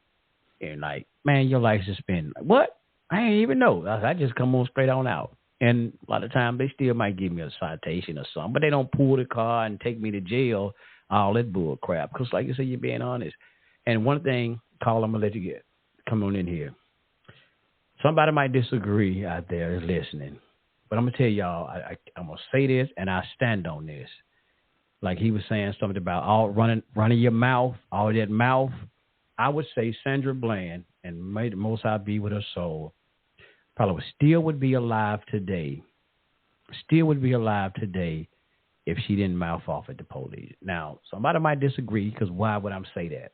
Well, when I watched that video, when he asked her to put out the cigarette, I ain't got to put out my cigarette. It's my car, so put the damn cigarette out. That's all. Listen, just put the cigarette out. He's going to give you a ticket. You could go about your merry little way. Put the damn cigarette out, y'all. Give me your ID and get the ticket. Go fight it out in the courtroom. But all of that escalated to you going to jail. And I see a lot of this stuff happening.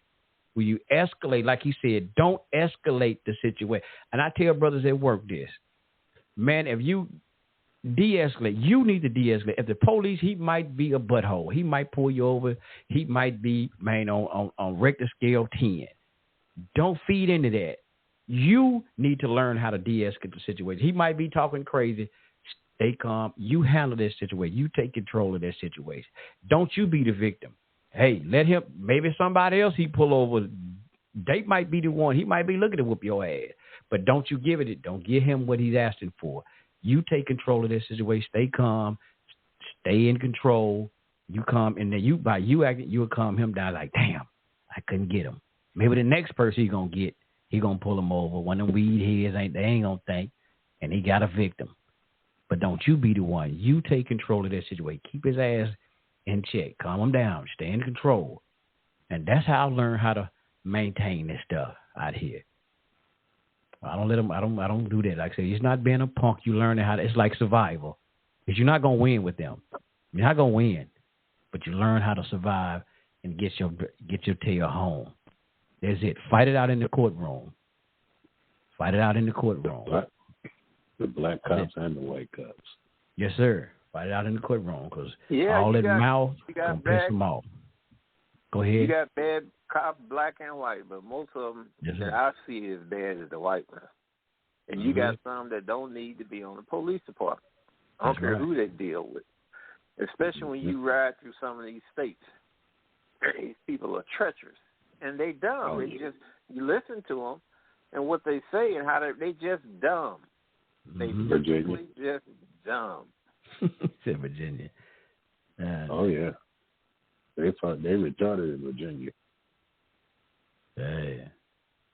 Yeah. And we got one quick statement, and I got to let this other caller come in. Now, for a matter of fact, I'm saying just some things. Now, some police might just do what they do, but some people, like, they do escalate the situation. They intensify the situation. It don't have to go that way. Like, for once, there's a guy here I seen the other day.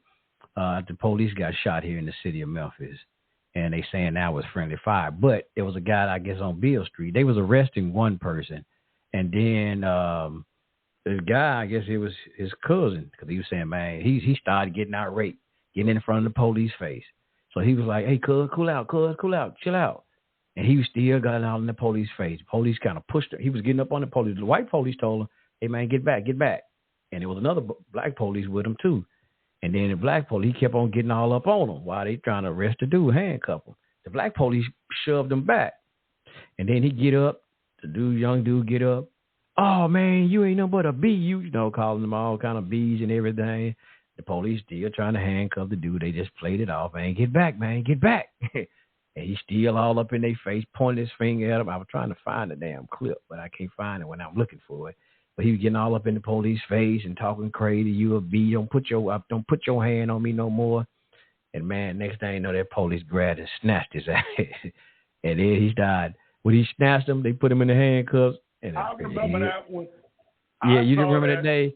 And what he started saying, man, I ain't even do nothing. He called the police all kind of B's and H's and don't put your hand on me. But as soon as he put his ass in handcuff, he started crying. I ain't did nothing. Yes, you did. Hey, see, that was, he picked that big old police officer like Suge Knight. He gave him the Uncle Phil from Fresh Prince treatment. He picked that motherfucker up by the collar. I'm like, man. But he went to jail for nothing. His cousin even told him at first, hey, man, just chill out, cuz, go on. But he got out in the police face, pointing his finger at them, calling them all kind of B's, and they just and he didn't even have to go to jail. But then when the police grabbed his ass, then all of a sudden, I ain't even do nothing. What did I do? I didn't do nothing. See that right there? And you will have people out here protesting, man, the police didn't have to do him like that. He had to shut his damn mouth and went on like his cousin told him to do.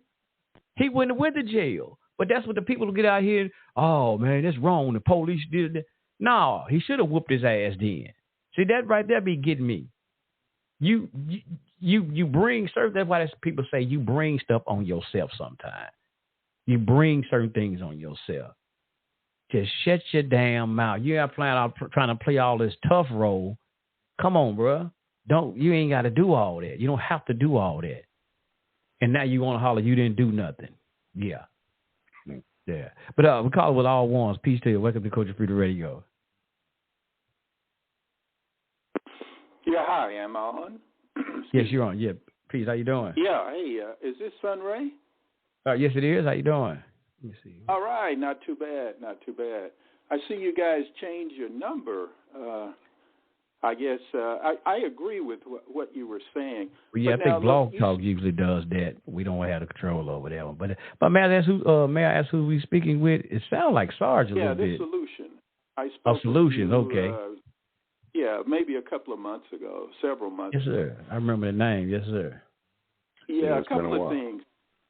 I agree with you on the police situation to not escalate it. And, of course, Sandra Bland I looked into that, and he was going to give her a warning ticket, which is kind of unusual. But it wasn't a ticket. It was a warning ticket. And you were 100% correct. And I've had that situation with a couple of women. I mean, she was out of her bailiwick. She was out of her general area. And one does have to be careful because, you know, you're dealing with strange people. I mean, they know you based on the license plate. They know that you're from out of town and stuff like that. So I concur with what you're saying, and the bottom line, I guess, is she would be alive had she just controlled her tongue. That's it. I wanted to speak to the drinking situation also, or the alcohol. I don't know. Have you moved on past that topic, or are you dealing with topics? We just have random topics. We just talk about anything. So if you have something you want to bring, we just talk about different stuff. Nothing in particular. Oh, yeah. Okay. Well, I want to take it, unless you have a comment, because I concur with. Go ahead. Go ahead. It's on you. I concur with you about the situation of one controlling themselves, because it is a judgment call. When you're out there with the police, the way the system is designed is for the police to always win. And you were right, take it to court.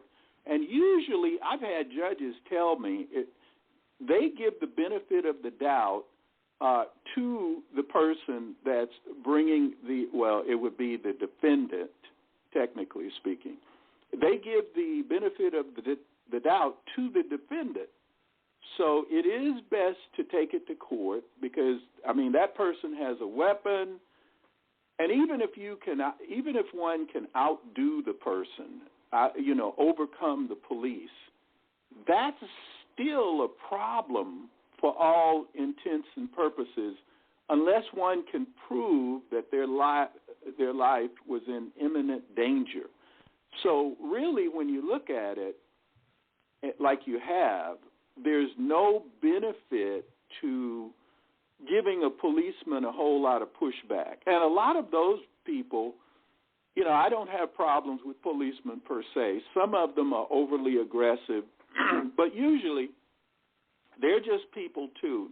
A lot of them are not well trained, so it is best to, like you said, de-escalate and then fight it out in court. And usually if you take it to court, if you ever want to talk about this, I have some methodologies to win in court almost every time. Almost every time one can win in court. And even a speeding ticket. Now, I haven't gotten many speeding tickets, but anybody that's driving, it's a revenue enhancer to stop people and give them a ticket. Oftentimes it's not for safety. A lot of this discussion goes on with the red light cameras. But there is a way to win and win consistently in court on traffic violations and things of that. So, again, de-escalation is the word. Unless you have a comment, I'm going to shift to the drinking, which is mainly what caught my ear when I first heard you. Okay. Yes, sir. I just wanted to throw one quick little story in because like I said, just being cool. Because I was in Mississippi. I live in Memphis, but I was going through Mississippi. Didn't have no license, still suspended. But I've seen this roadblock. They had a little not the roadblock. What you call it? The saturation they have checking people thing. So I was like, I saw it. I saw it way ahead. And I was like, I tried to turn around and go because I wasn't gonna go through it. I know I don't have no license. I know a checkpoint. They said checkpoint. And when I turn around, now I passed this way. I see no cars, nowhere, no police. As soon as I turn around in the driveway, it was another car behind me. Turn around, the police was waiting there on us. I don't know where they was at, and they pulled me over. I'm like, God. So when they asked me for my license, I said I just gave my ID. He said, "Where were you going?" I said, "Well, I was trying to get back to Memphis." He's like, "No, you trying to go to the casino, all right?" I'm like, "No, I'm not. No, I'm not trying to go."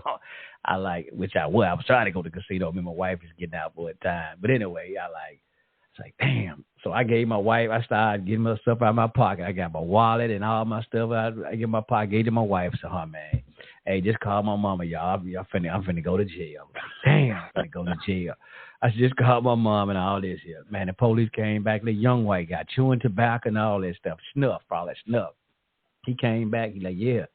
He said, yeah. He said, you see that road right there? That's the road to Memphis. He said, you get your black ass on it and get out of here. I was like, yes, sir. Yes, sir. Man, I started burning rubber. When I took off, I didn't try to. Damn car burned rubber and everything. Man, you think I'm finna? If this my black militant day, you think I'm finna say, man, who the hell you think you talking to? Shit. Wait a minute, he said it like just as you said it. He said it just like I said. You see that road up there? You get your black ass on it and get out of here. Hey, I wasn't finna argue. I'm not finna go to jail. I'm gone. I'm out of here. Well, he didn't give me a ticket or nothing because I was in Mississippi. You know, Mississippi, they don't give you a ticket. You going straight to jail. So I was glad. Hey, I take that. I get my black ass out of here and get on. I'm right. That's my point. I'm gone. But you know, were you offended at what he said? Sandra Bland.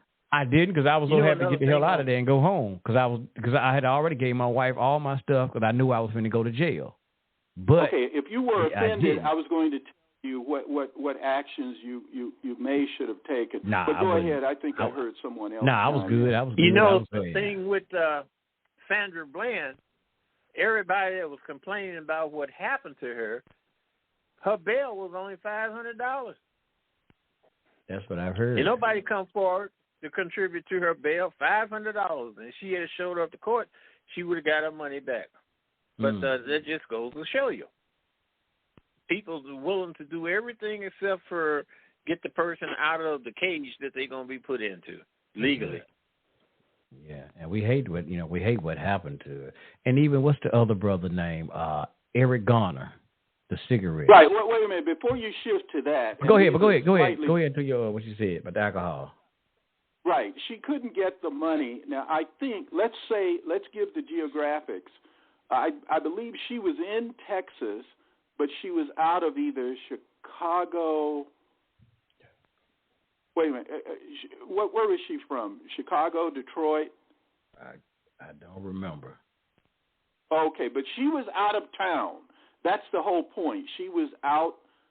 That makes a slight bit of difference in terms of the way you're treated and going back to what you said earlier, Sunray. But she was out of town, and it's right. She couldn't raise the money within a certain period of time. But, she was out of town. That's the emphasis I wanted to express. And then we're gonna get to the alcohol. And like for somebody who listening, man, y'all ought to be ashamed of y'all here, man. It just y'all taking that. No, what we're saying, if anybody y'all paying attention to it, we hate that she went to jail, and we hate that happened to her. I would just say me. I guess I'll speak for me. Hate that it happened to her. But the point we're making is none of that would have got to that point for her to go to jail if she just would have stayed calm and just took it, like the brother said, a warning ticket, just took that, put the cigarette out, and went on. And she got upset, and then she triggered him by the things that she said. Yep, and that's the only thing we're saying. Go ahead, brother. Well, no, another thing is, this is kind of, I use the crosswalk analogy. Right? When you're in a crosswalk, now cars are supposed to stop. They are. But the crosswalk can't stop a vehicle at momentum. It can't. So that's why it's always good to be cautious to look both ways before you step in a crosswalk and while you're in the crosswalk. So I'm just saying that there's a mutual obligation to limit escalation. Does that make sense? Yes, sir. Sounds good to me. Yes, sir. But you said something else you want to throw out about the alcohol? I want to get.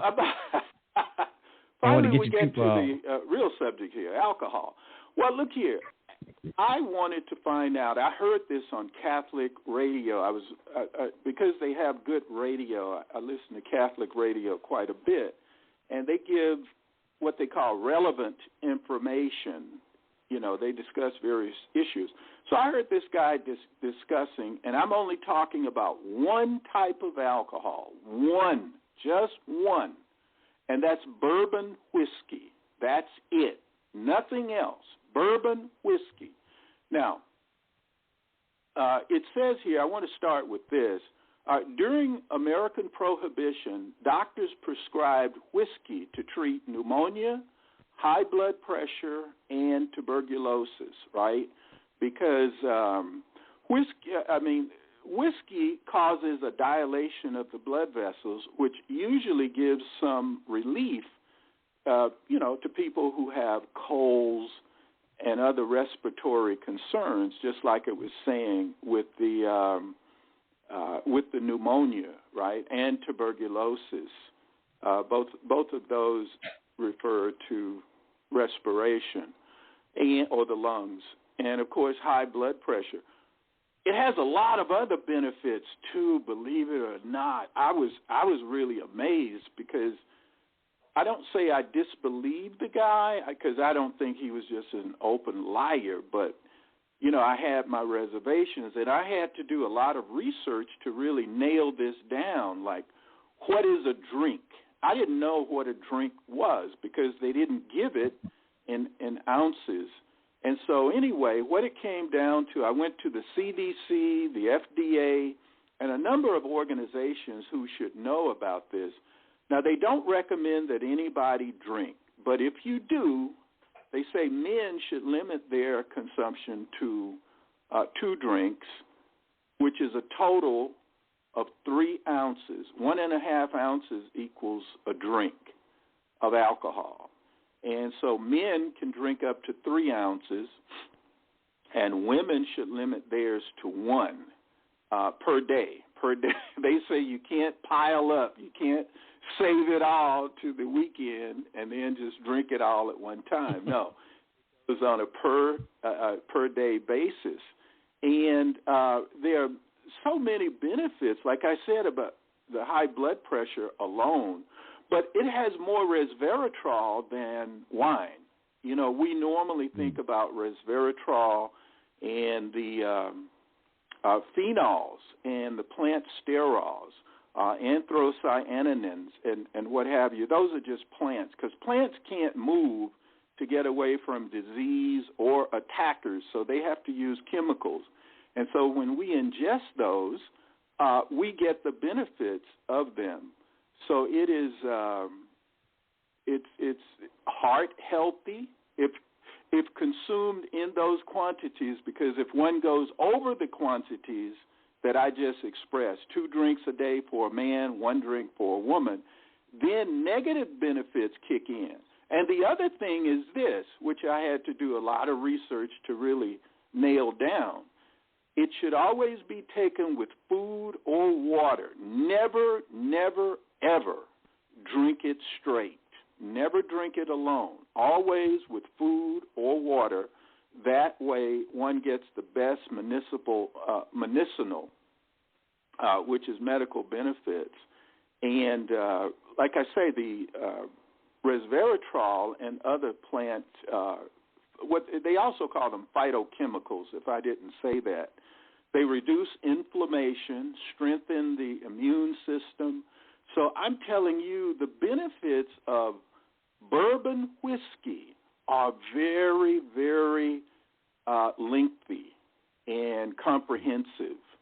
But on the downside, there's, now it can prevent cancer, help cleanse the liver and all this stuff. That's if kept within the quantities and consumed with food or water, as I said. But if you go over, you get the negative benefits. One other thing is what I was thinking. I did say about resveratrol. Oh, wait a minute. Did I make the comparison between wine? I wanted to. I did mention wine.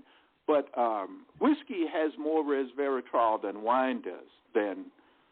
We normally think of wine as having the resveratrol. Now, one can buy that as a supplement, but whiskey actually has more because they go through a very careful process in producing whiskey. They age it in these oak barrels, and they can only use those barrels one time.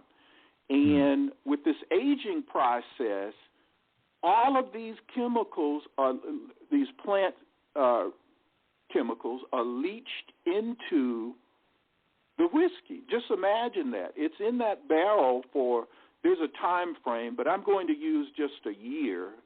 Sometimes it's a little bit shorter than that, 6 months or a year. But just imagine all of the plant chemicals that alcohol leaches out of the wood and into the whiskey.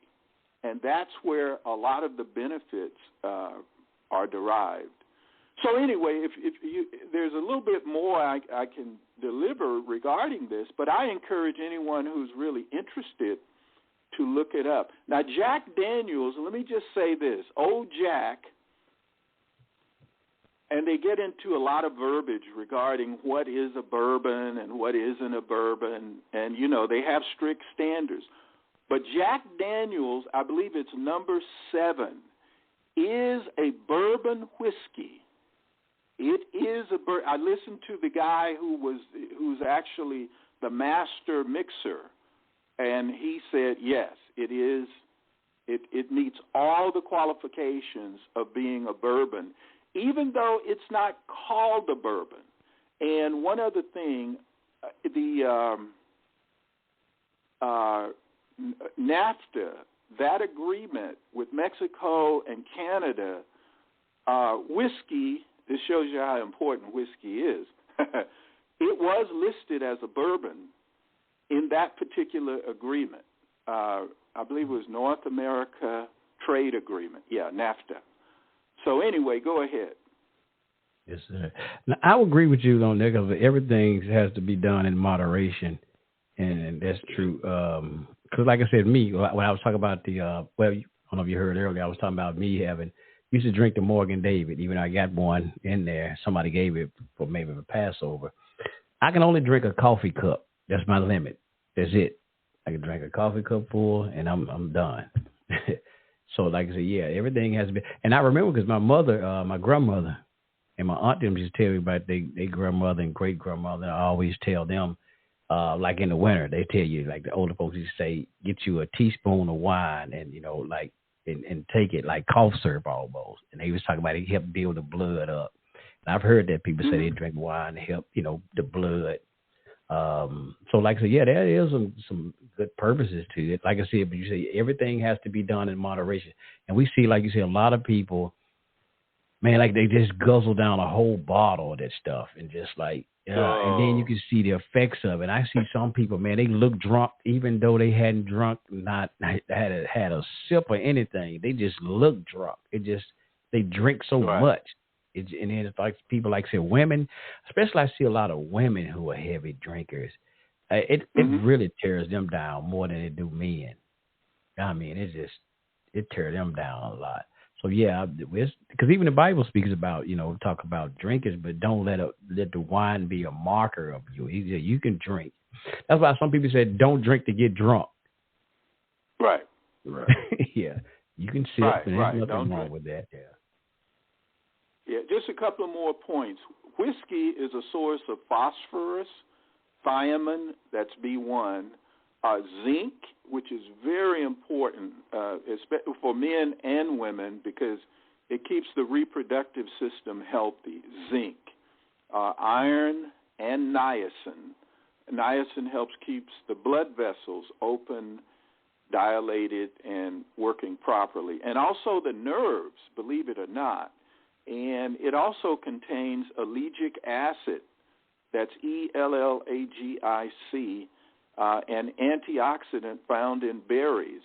And it points out that there have been some studies that show that this ellagic acid may kill cancer and tumor cells. And they always find cancer and tumors together.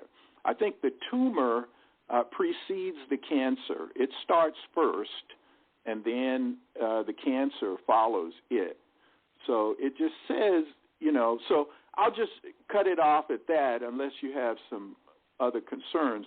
But I would encourage anyone who is concerned to look it up, and like you say, in moderation, 2 drinks for men, that's an ounce and a half per day, 1 for women. So a total of 3 ounces for men and 1.5 ounces for women. And that's it, always with food and or water. Go ahead. Good point. Yeah, anybody else got something to throw in there? Well, I was just amazed at how similar it sounds to pine sap. Well, they call it 100% pure gum spirits of turpentine, but it's pine sap. And that has a lot of the same healing qualities. Interesting. What is that again? I didn't quite get that. Say that again. It's really pine sap, but it's sterilized. Oh, pine sap? Yes. Oh, okay. And once but how would sterilized, one consume that? Is that the resin that you see on the tree? Yeah, it's the resin that you see on the tree, but once purified, they sell it as 100% pure gum spirits of turpentine. Oh, okay. Yeah. So it has amazing qualities as well. Yeah. I know if it falls on your vehicle, it'll take the paint off. And that's primarily what they use it for. Oh, okay. But just like bourbon, nobody really spills bourbon, but I bet if you put it on something, it'll have a reaction. Right, just one other thing. As I'm looking through this, it says whiskey has high levels of polyphenols. I just said that to you guys. Plant-based antioxidants linked with lowering risk of heart disease, all right? And the polyphenols in whiskey have been shown to decrease, get this, bad cholesterol, LDL, and increase good cholesterol, HDL levels, and reduce triglycerides or fat in your blood. You know, that causes arterial sclerosis and atherosclerosis, hardening of the blood vessels, normally the arteries. And so, like I say, it's like the gentleman just said, it really cleans out one's circulatory system. So, but it's something that one, like I say, should actually consume in moderation. And when I was consuming it, I still do. I kind of cut back on it because I kind of got into other things, but like juicing and things of that nature. But I did keep that amount in check. Now, sometimes I didn't do the entire 3 ounces. Sometimes you just do 1.5 ounces, right? And this is when you go 80 proof liquor is 40% alcohol. And the alcohol certainly has a benefit, but that lower proof, I think that's what Jack Daniels is. It's like 80%. So there are some good benefits. That's my point to only bourbon whiskey. I just want to emphasize that. It's a good recommendation for a health regime. It could be part of a healthy, especially based on what I've said here. And just one other thing. Whiskey can temporarily widen blood vessels. I said that. In small amounts, this can help clear mucus congestion in your sinuses and chest, right, which lets your body heal or deal with sickness and infection because you're getting a better blood supply. And it says this effect may also relieve other symptoms of a cold or flu, like coughing or wheezing. So, again, when I looked into this, I had no idea that the medicinal positive impacts were so extensive for bourbon whiskey. Bourbon, only bourbon. Yes, sir. What did you say, Dave? Brother Dave? Hey, yeah, go ahead. I said you right on that. I love me some Jack Daniels, man. I drink me a cup every morning. Wow. Jack Black. Well, as long as you don't go over the 3 ounces, and make sure you take food and/or water with the consumption. But anyway, that's all I had, Sunray. Proceed. Yes, sir. Oh, no problem. Well, you can say something, Alpha Male? Yeah, because what kind of barrels did you say it was aged in? I think I would do this because it gets very tedious, right? Like the mash. They have to be very careful, and I'm trying to think of the name of that person.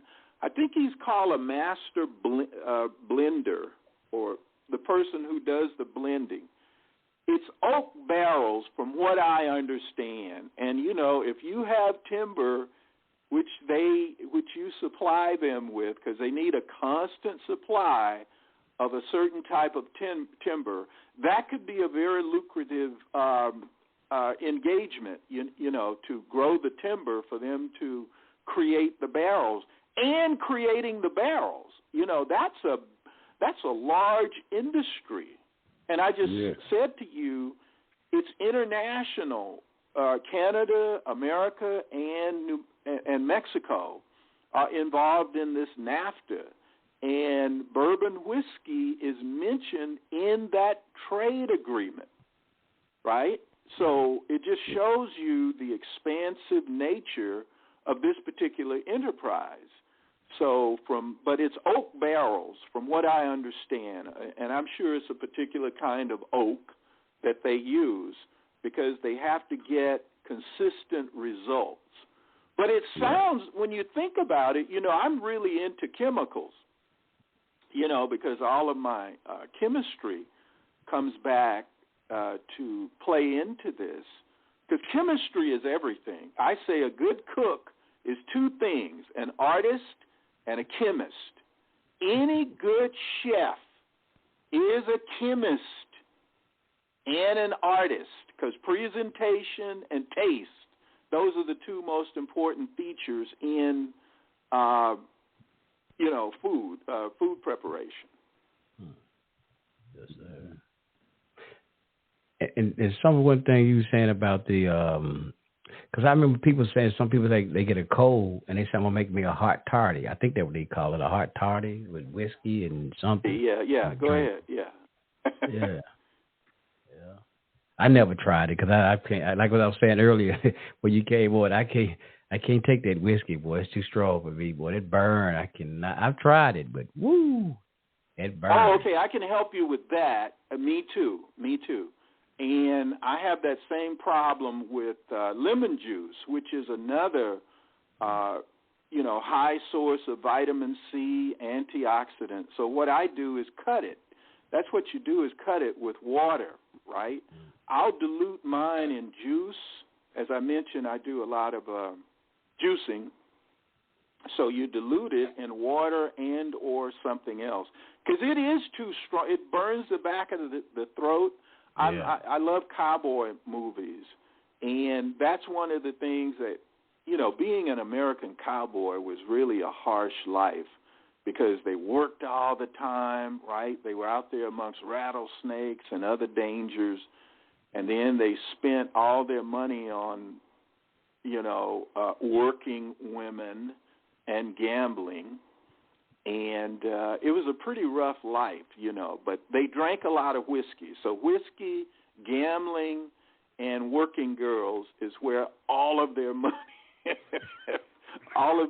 went. So there you go. Yes, sir. Dave, I got that clip there you had sent me. Let me see, will it play? The guy I was talking about from Memphis. Let me see, will it? Kenyon.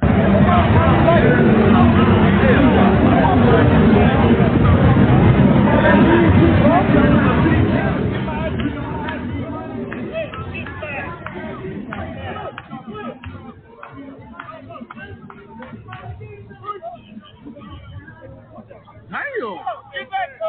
Damn! Get back!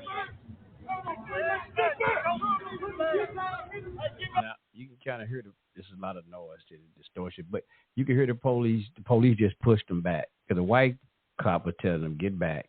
He kept walking up on them, and then the black police pushed him on back. And then the black police, get back, man. You know, they're from Memphis, y'all. We just that's our saying, get back, man. Get back, man. They don't say man, they said man. But you go. Get back, man.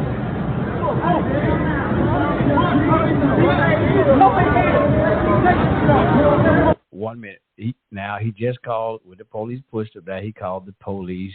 Excuse my language. He called the police a hoe. And get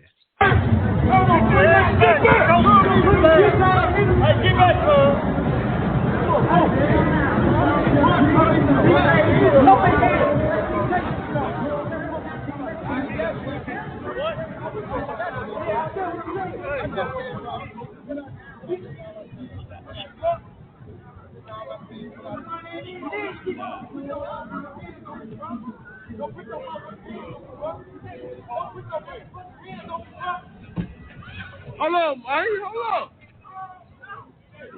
I wish y'all could see it. He kept the police, the black police, they kept on just playing it off. Put the other guy in the handcuffs and just put him in the police car. He's still talking crazy. Don't put your hands on me, babe. He called the man D's, and they police nicely just pay him no attention for a minute. As soon as they put the guy in the police car, he pointed his finger at him and walking all up on him. They just nicely just snatched him to the ground. But then if I would have kept playing the album, I ain't even do nothing. Yeah. See, that's the stuff I'm talking about.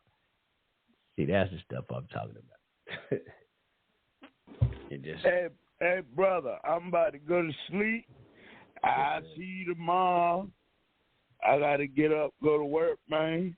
So I'll talk to y'all tomorrow, man. All right, peace, Dave, peace. All right, peace. All right, good night, man. Love y'all, all y'all, man. Good talking to y'all. Hey, Solution, I remember your ass, man. It's been a long time. It took me way back with that. I think last time me and you talked, me and Justice, I think we was arguing with you or something. I forgot what happened, but it involved me and Justice, man. Oh, man.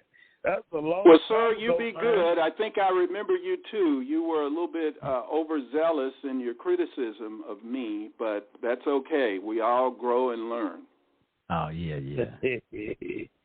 All right. Well, good seeing you again, man, and good hearing from you, brother. See, Dave, you sound like you from you Memphis, too. Dave. You sound like you from Memphis. They got you saying Maine. See, I told you was Glorilla Daddy. Hell no. See you later, Dave. Be careful. I'll see you later, Bianchi. All right, Dave. All right, Pete. Yeah. Wasn't he the dude that turned us on to that debt clock? That sounds like my the dead clock. Oh, that sounds like my kind of crime. Yes. I think that debt.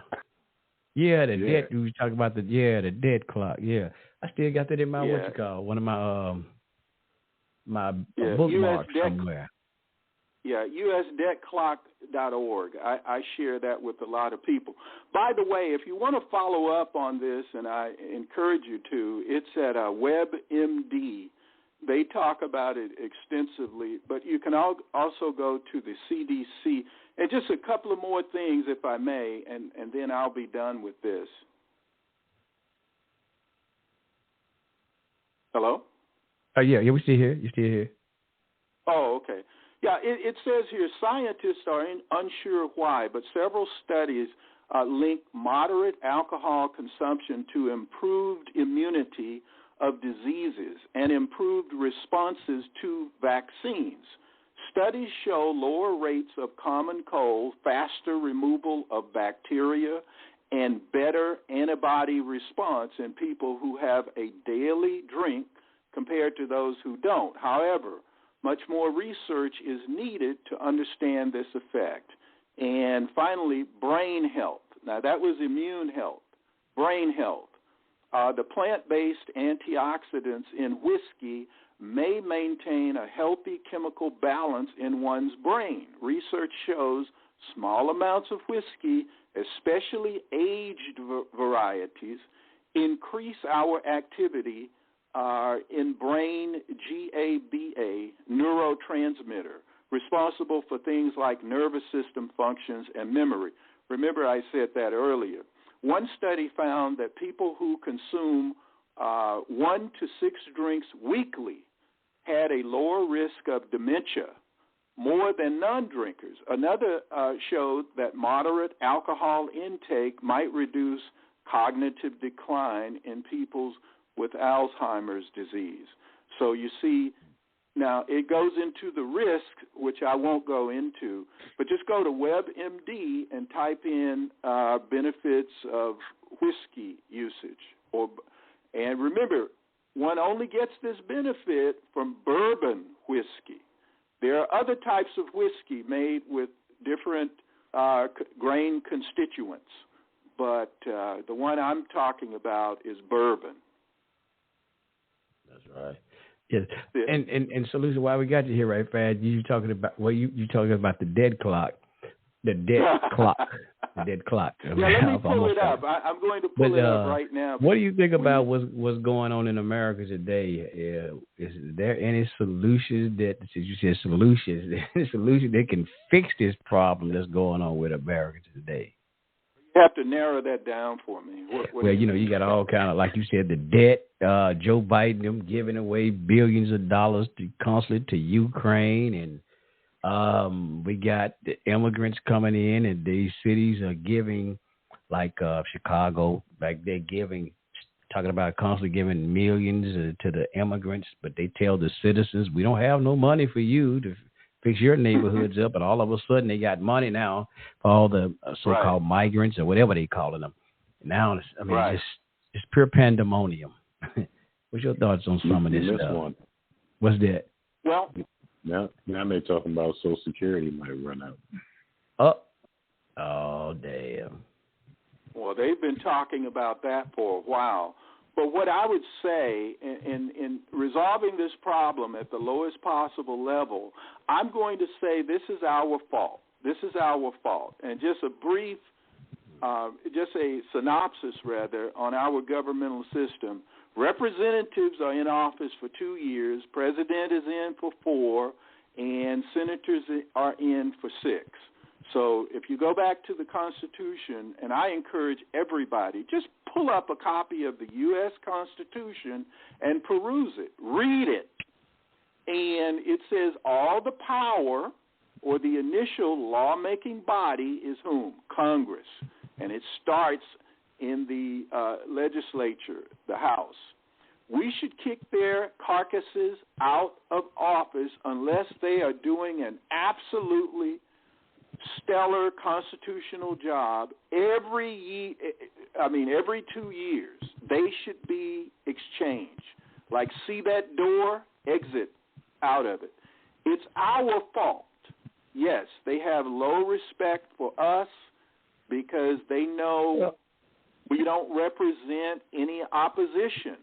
We let everybody else take the place of we the people.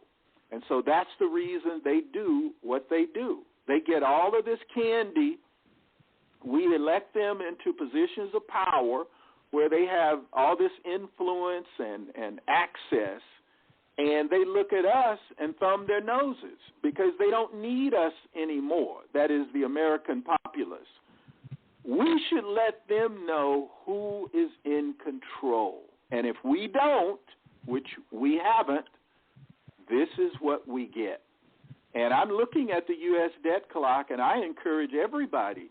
I was telling some yahoos about this, and I call them yahoos affectionately. And I was saying I took 2 ladies out, and, you know, in having a conversation, I suggested this. And, of course, they pulled it up on their phones.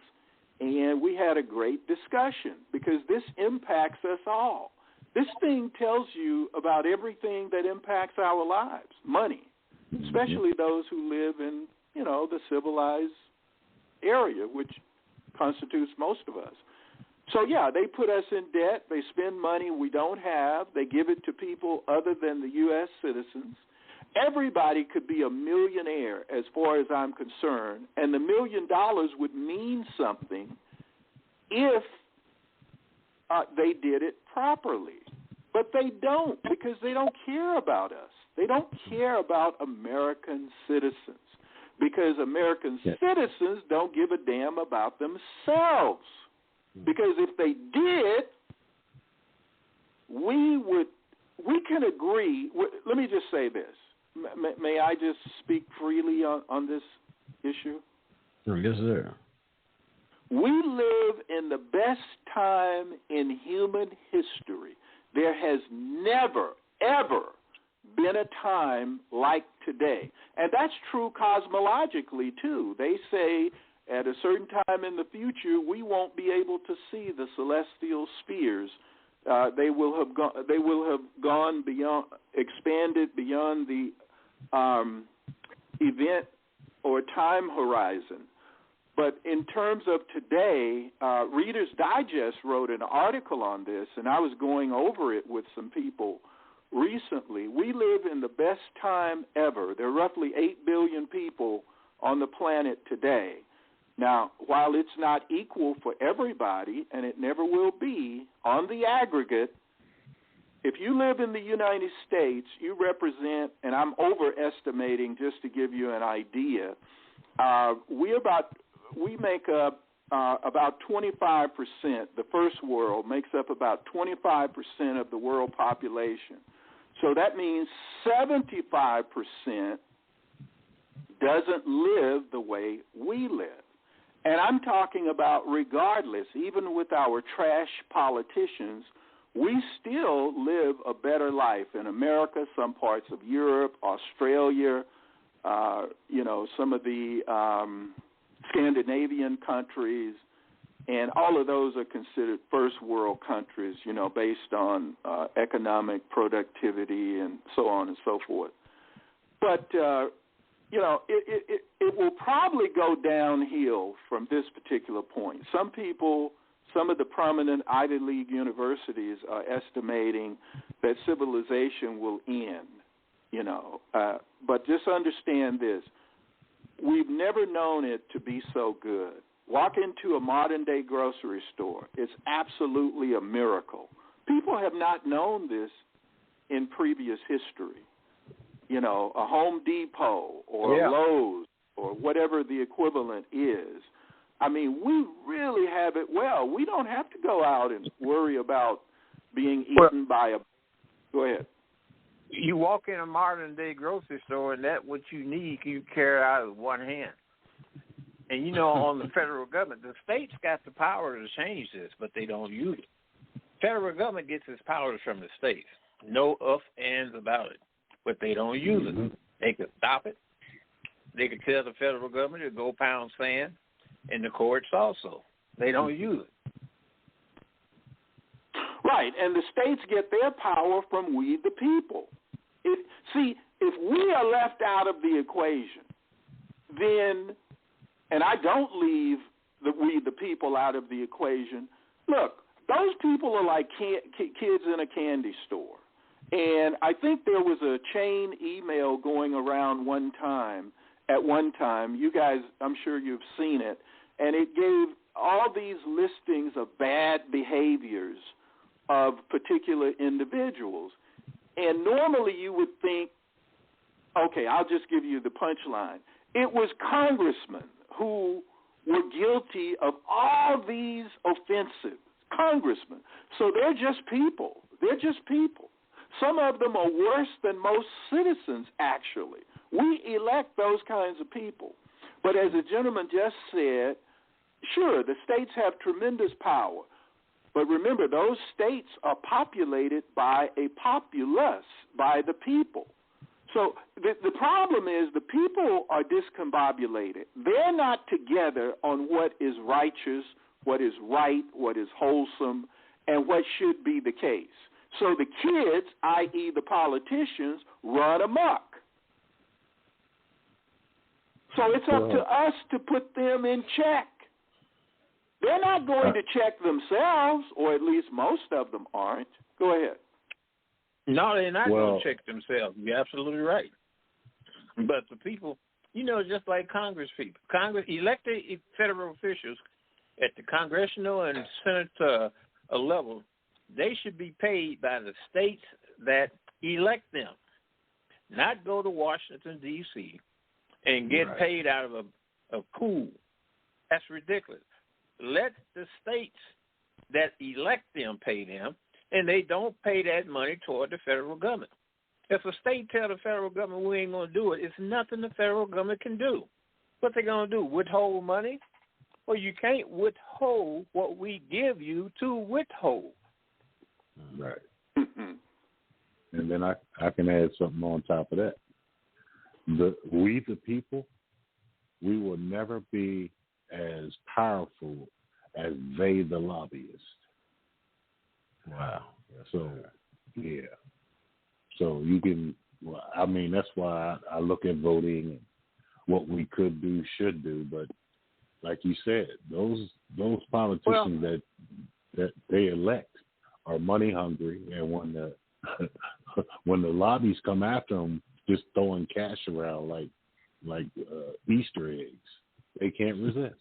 Let me just respond to that briefly, because that's not it. That's not accurate. Hey, hang on for a second. Louisiana just passed the bill. Ocean. Let me just say this, please. There's more energy. The ocean gives off more energy than a cup of boiling hot water, if you get the analogy. Right? Yep. It's concentrated in that cup, but again, one cannot escape the power of we the people. We the people have more power than the lobbyists. Now, the lobbyists have a concentrated power, and they have gained the ear, but that's only in our laziness and inactivity. See, we could appoint lobbyists too, but we don't. So what I like to say, we can never shift the burden out there. We always need to keep the burden right here. Go ahead. Well, that's what I was going to add to it as well. Now, people are extremely lazy, and by lazy, I mean they're just corpses. So we have a two-party system. You got people going out here, and it's obviously at least 49% of people that are going out here voting uninformed. So you're correct. Those people are our enemy. Okay, I have the debt clock pulled up before me, and one of the things I'm looking at next to the U.S. debt, which is $34 trillion, and remember, that's not the total debt, because you have the unfunded liabilities like Social Security, Medicare, and others. Because if you add to that, this $34 trillion is a small percentage. It's more like over $100 trillion, right? And so, but the figure I'm going to focus in on is the debt to GDP. And they listed here back in 1960, it was 52.9%. Today, it's a whopping 122.23%. We're broke, and they're still spending. Yep. We have to reel them in. Like I say, it starts with the representatives. Bounce their butts out of Congress. If they're presiding over this kind of debt, you're out.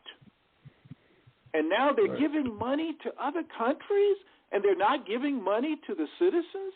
What a slap in the face that is. That's a total slap in the face. I would encourage you, Son Ray, to pull this up.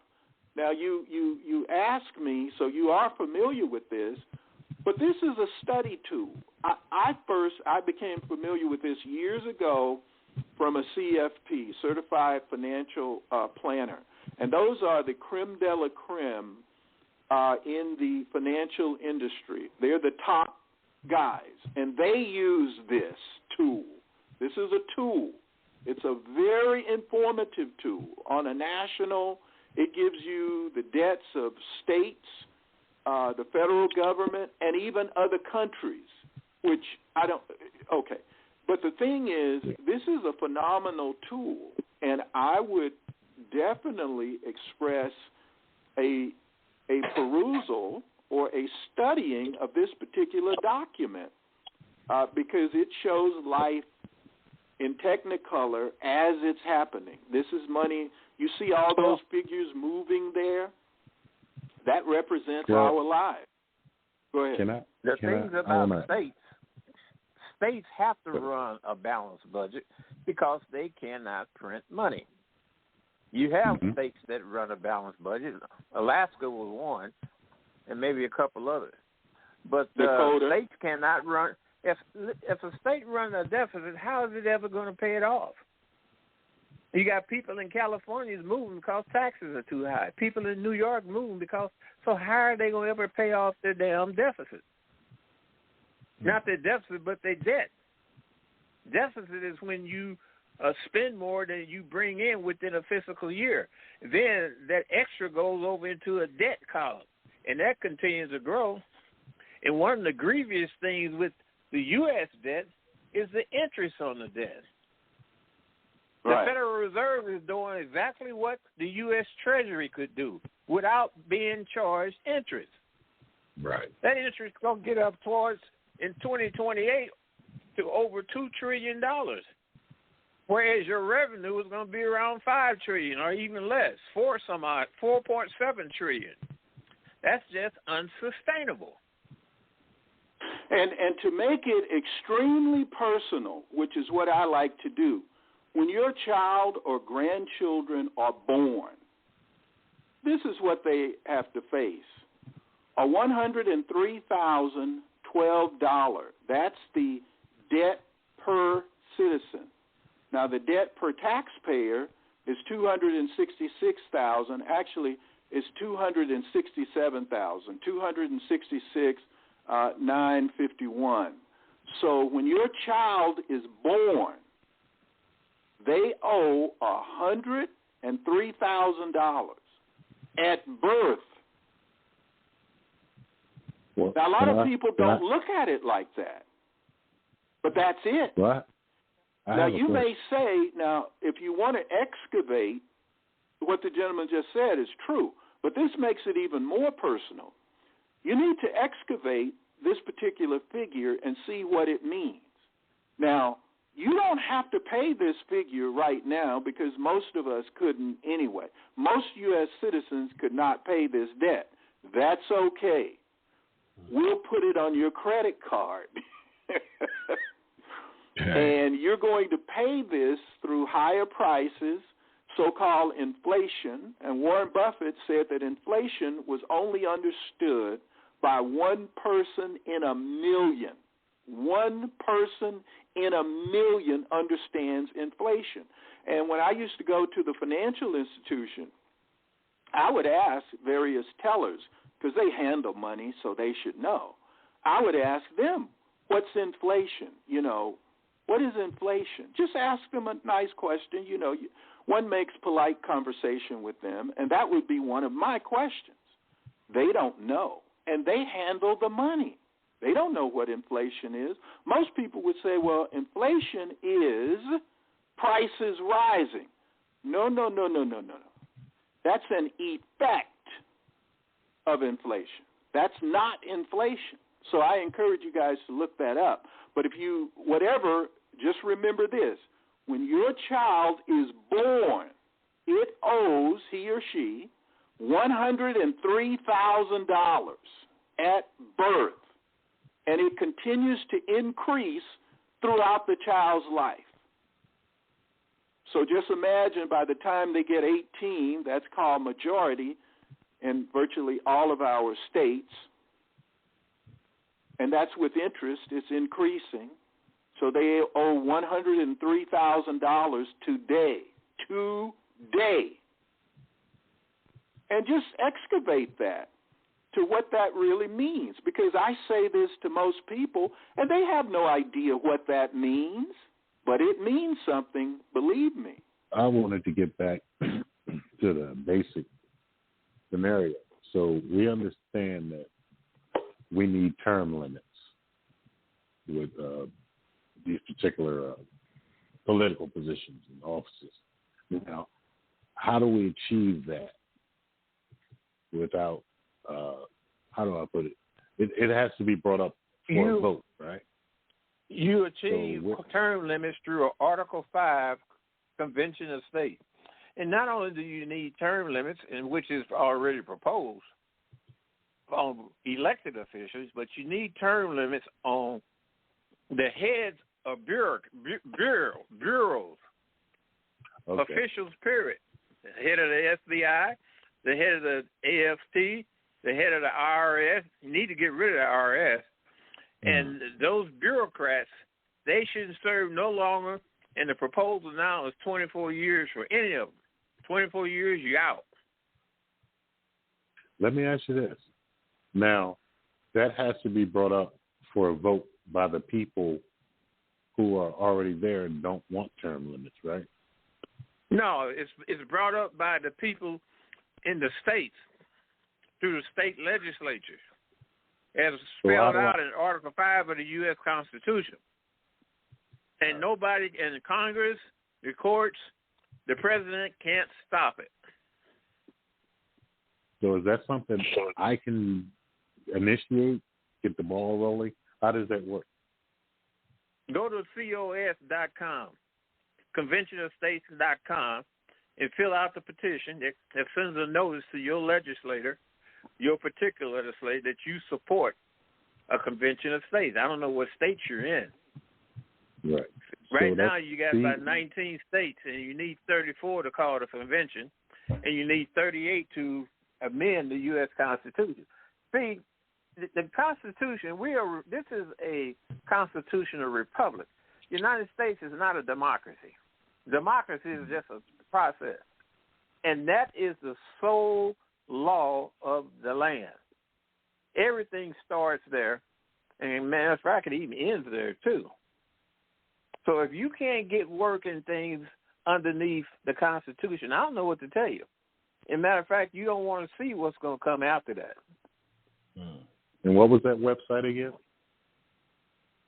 Conventionofstates.com.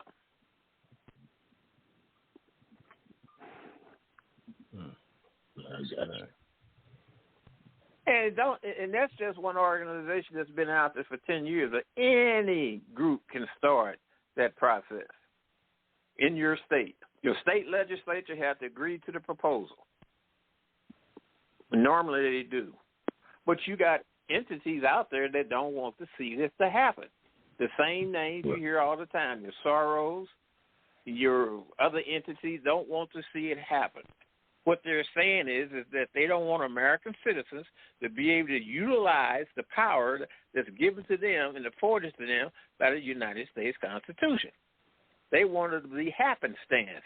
That's just how it goes. The hell with that bull crap. They shouldn't be giving money to Israel. What you need Israel for? Yes, somebody tell me. What do you need that country, that government for? Well, you know what? The way I would start, like they say, a journey of 1,000 miles begins with the first step. And so what I would do is find out, first of all, I would think fiscal responsibility. Go to the U.S. debt clock. It's a well-recognized tool, and understand it. It tells you how to understand it. Just put your pointer on whatever it is, and it will tell you up there where it says U.S. debt clock, it'll tell you what it means, how they get at that figure. Now, if you talk about fiscal responsibility, and that's what we should talk about, like this spending bill that they're, all bills dealing with money, they're supposed to arise in the House, right, the House of Representatives. Find out how your representative is voting. Communicate by letter. They say a letter represents like 100 people. like 100 people who won't write a letter are expressed by one that does. And find out where your politician is. And if they're not for fiscal responsibility, bounce them out of office. Vote against them. We do live in the best. I'm sorry. We live in the best time ever, and part of that is communication access. We have tools now that know. If we could go back 1,000 years, we would be literally gods to the people who lived at that time because of our advancement beyond what they knew. They didn't have cell phones. I mean, give me a break. They didn't have any of the modern conveniences that we have today. So I'm just saying, make use of some of those vehicles. Find out how your representatives are spending, what they're voting for. If they're not being fiscally responsible, vote against them.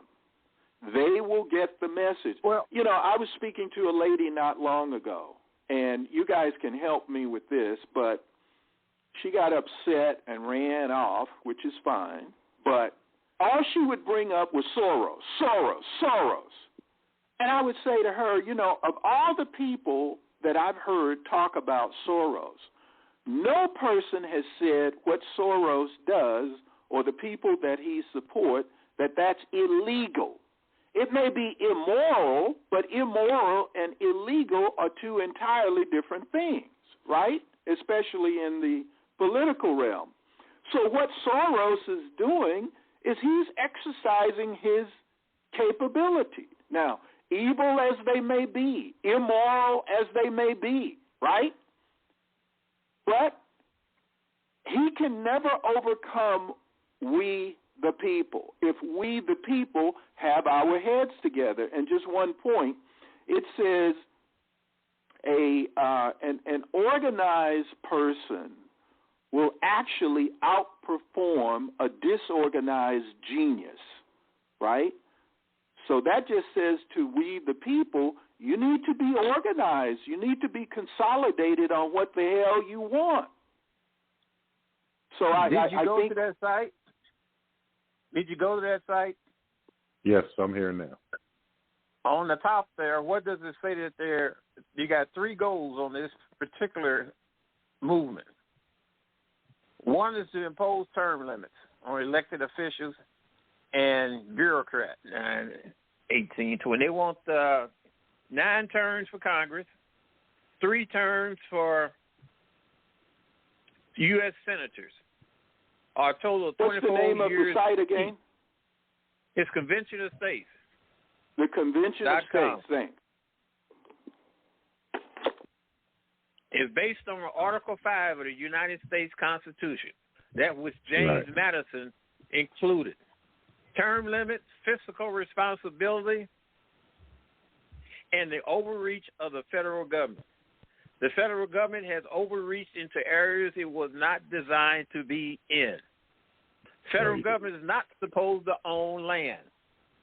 The only land that the Constitution authorized the federal government is 3 areas. One is forts, like F Troop. Number 2 is magazines, like what John Brown tried to take over at Harper's Ferry. Right. And the third one skips me right now. Ports, magazines, and ports, like shipping ports.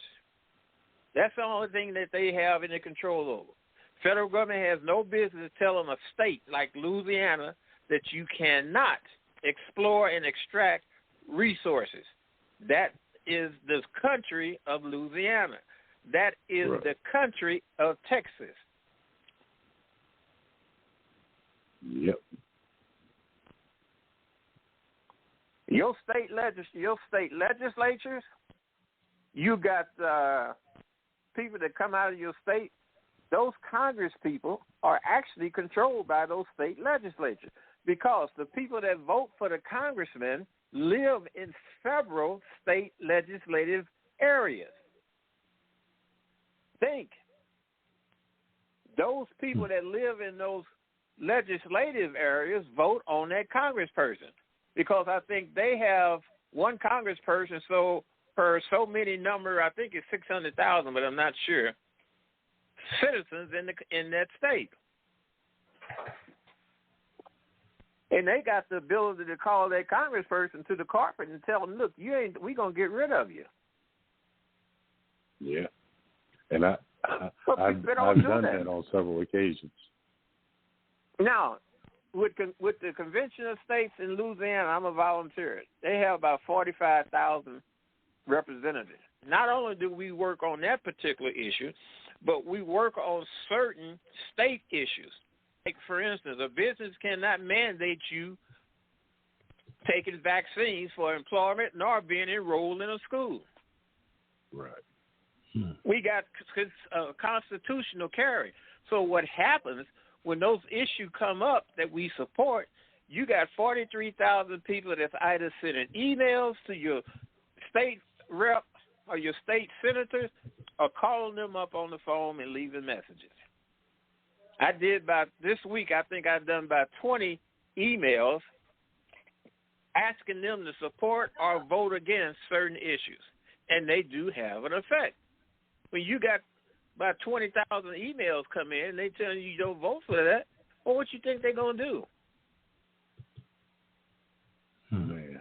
And that's just Louisiana. You got other states, too, and that's what you need. You need to have that type of clout. Yep. And you know I'm going to sign up. And what they do, they send you text messages, SMSs, or emails. You usually have a liaison person in your area that's going to the state legislature, that's passing out green cards for or red cards against on certain issues. And they inform you what's going down. That's the main thing. They inform you what's happening and tell you and give you their recommendation on how it should go.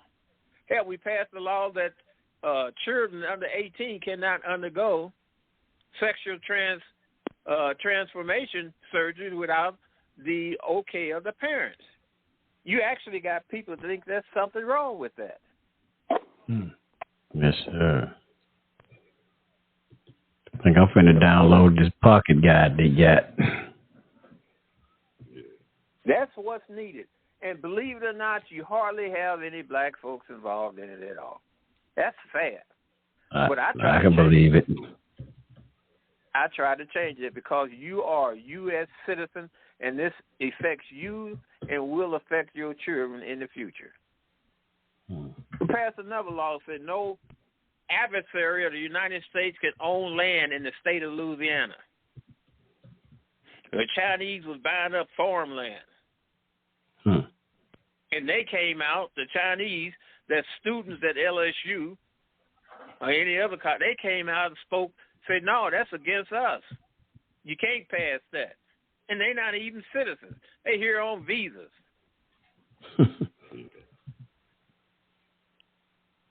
You'd be surprised at stuff that's going on. Yes, sir. Well, you know, Sun Ray. Yes, sir. That always been my angle from the beginning. You know, just writing letters, sending emails. You got the power. You got the power already to do it. And as I said before, if a federal government, it's just another thing. We say that you cannot introduce a bill that contains a whole bunch of stuff. A bill should stand alone. And you got to quote the constitutionality of the law that you're trying to put in. If it's not per the Constitution, we ain't going to do it. That's all they got. We are not going to do it. And it's nothing that they can do. What you going to do, call out the Army on the state of Louisiana? Hell, you got a large majority of the membership of the Army who comes from Louisiana. You think they're going to shoot their own cousins and kin and uncles and that? I'm very passionate about this. You can tell it in my voice. I get tired of all this bullshit. Oh, that's I good. really do. I get tired of that bullshit. That's all it is, a bunch of crap. Paying Ukraine money to protect its borders, but you don't want to protect the U.S. borders. Then the money comes back like a boomerang. It comes into the backdoor pocket of these representatives, these Congress people, for their campaign coffers where you have no control on how they spend it. So until we do our due diligence and become somewhat active, none of the other stuff matters. It ain't gonna happen because your kids don't know. Your kids will be fighting you at some point in the future. You got to start with educating your kids. You got to get them. You got to it's what the curriculum that's used in public schools. That's your business. It's not the business of the school board. It's not the business of the superintendent or the principal. It's you, the parents. Those are your kids.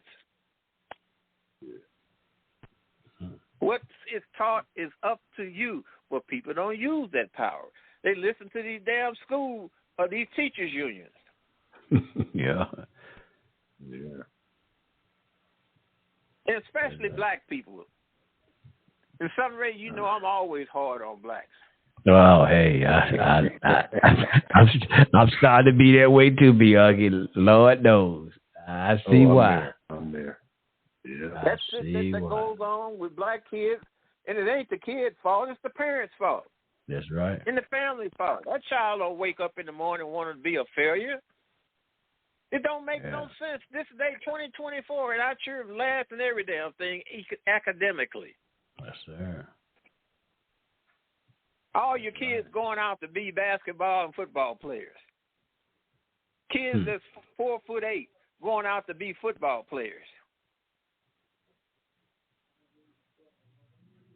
That's right. Yeah, I just downloaded that pocket guide they have. One got that.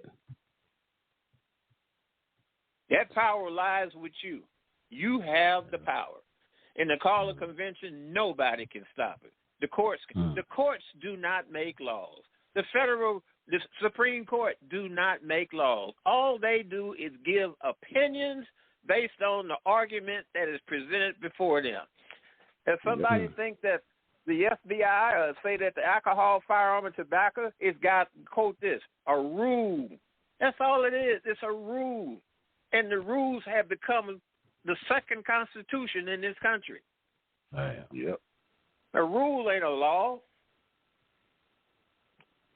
But you notice the first thing they will come out of their mouth, the rule of law.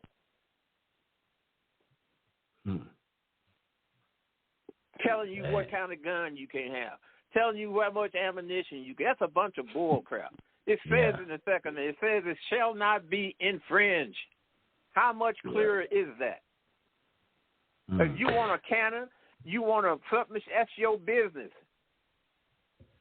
And Bianchi, I'm glad you. I sleep with my gun on the foot of my bed all night long. I wake up in the morning, my foot ain't been shot. Nah. And Bianchi, I'm glad you mentioned that, Elder, because I was seeing something. Now, here it is.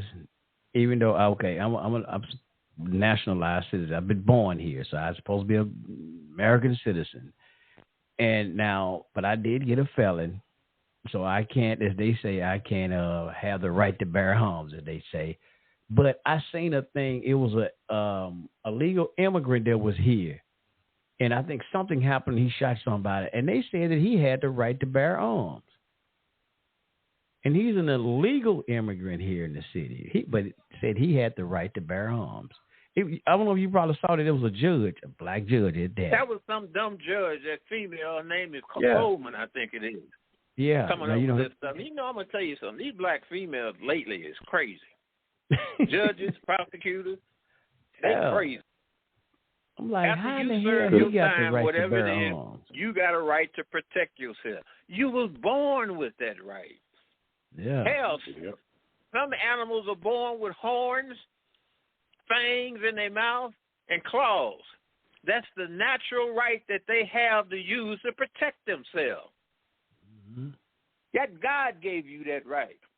Them and unalienable rights. That's right. But yeah, that was crazy. I say, see, there's them. We are, like I said, we American citizens, boy. We get dogged out, get banned for this, but now they get all the rights now. Yeah, that's crazy. You have. Oh, I noticed something else. You want to look at another video? The Battle of Athens, Tennessee. It's on YouTube. Battle of Athens. He said Athens. The Battle of Athens, Athens, Tennessee. It talks about soldiers that came back either after World War I or I think it was World War I, and what was going on in their town, and it had to do with elections. They didn't like it, and they took it over. They ran the damn sheriff out of town. Yeah, I see it. Battle of Athens, Tennessee. That's a real happening. Yeah, World War II veterans and tyranny at home. Yes, sir. Yeah, I'm going to look this up. This stuff that's going on with Donald Trump is a bunch of bull crap. Them people that's been held from January 6th is a bunch of bull crap. Those people weren't no insurrectionists. And then if Donald Trump wanted to stop the transfer of power on January the 6th. The transfer of power occurs on January the 20th. Dang. So Donald Trump was going to overthrow his own damn government that he was the head of? Yeah, that is crazy. You hold people in prison? They haven't been charged, haven't had a trial? That's a good one, Pion. Because if he was going to do it, he would, like you said, they would have did it at the, what's called the inauguration, wouldn't it? Stop the inauguration. That's right. You're right. That's the overthrowing of power. Yeah, that's right. Yeah, Mike Pence was the one who was a damn asshole. Yeah, he stood with two sets of ballots, one from the legislature and one from the Secretary of State.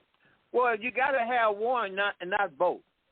So what he should have done was sent them back to the state. That's what you call controversy of states. Texas filed a lawsuit against Minnesota, Pennsylvania, and another state. The states appealed. They went to the courts. The courts can't say anything. It's not the job of the courts to choose. That's something that the state's supposed to work out. Courts cannot choose a president.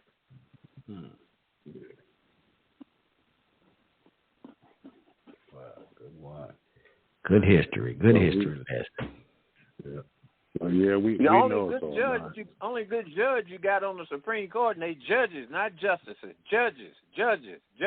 It's probably Clarence Thomas and maybe one other, and they want to get rid of him. Oh yeah. And I figure when they want to get rid of somebody, they must be doing something decent. And you know what? They always made, kind of dislike Clarence Thomas in the black community. He was the coon, and they always made us dislike Clarence Thomas. That is the most stupidest damn thing that you can listen to. I mean, when you hear stuff like that, you can't. You go paralyzed. You can't say nothing. Yeah. I mean, think about how many people. It just don't make no sense. Yeah. Think about how many people voted for the corpse because they had him, the boogeyman. He was supposed to be a racist. Blacks have been bamboozled. Joe Biden's the biggest racist. If you want to call somebody a racist, he was one. I mean, it's all on tape. Yeah. I mean, he's a well-known racist here in Delaware and a pedophile. Hell, John F. Kennedy was against the 1957 Civil Rights Act. Yes, he was. I heard that before, yeah. What I heard. It was either Kennedy, but it probably was Johnson told Thurgood Marshall, you are not going to be a Supreme Court judge. Wow. It's one thing for people to hear folks talk about this, and another thing for people to read. I live that. Yeah. Now, of course, when I was witnessing, I may not knew the gist of what I was seeing, but my memory is pretty damn good right at this time. Yes, sir. Wow. And you see these same plays. That's all they are, none of the plays. It's like a never-ending story. You see them coming all over again. You recognize, you say, what did I see that for? What did I hear that name from? And you remember. Israel let me say this when you guys, general, when you finish your thought, let me jump in a moment. When Israel killed a general of Iran, well, the United States during the time of Truman done the same thing with the killing of Patrice Lumumba by one of the Dulles brothers who was Secretary of State along with some others, Operation Paperclip. You're not supposed to do that. Because, and look how many times they tried to kill Castro. Castro's daughter told him, we can kill you too.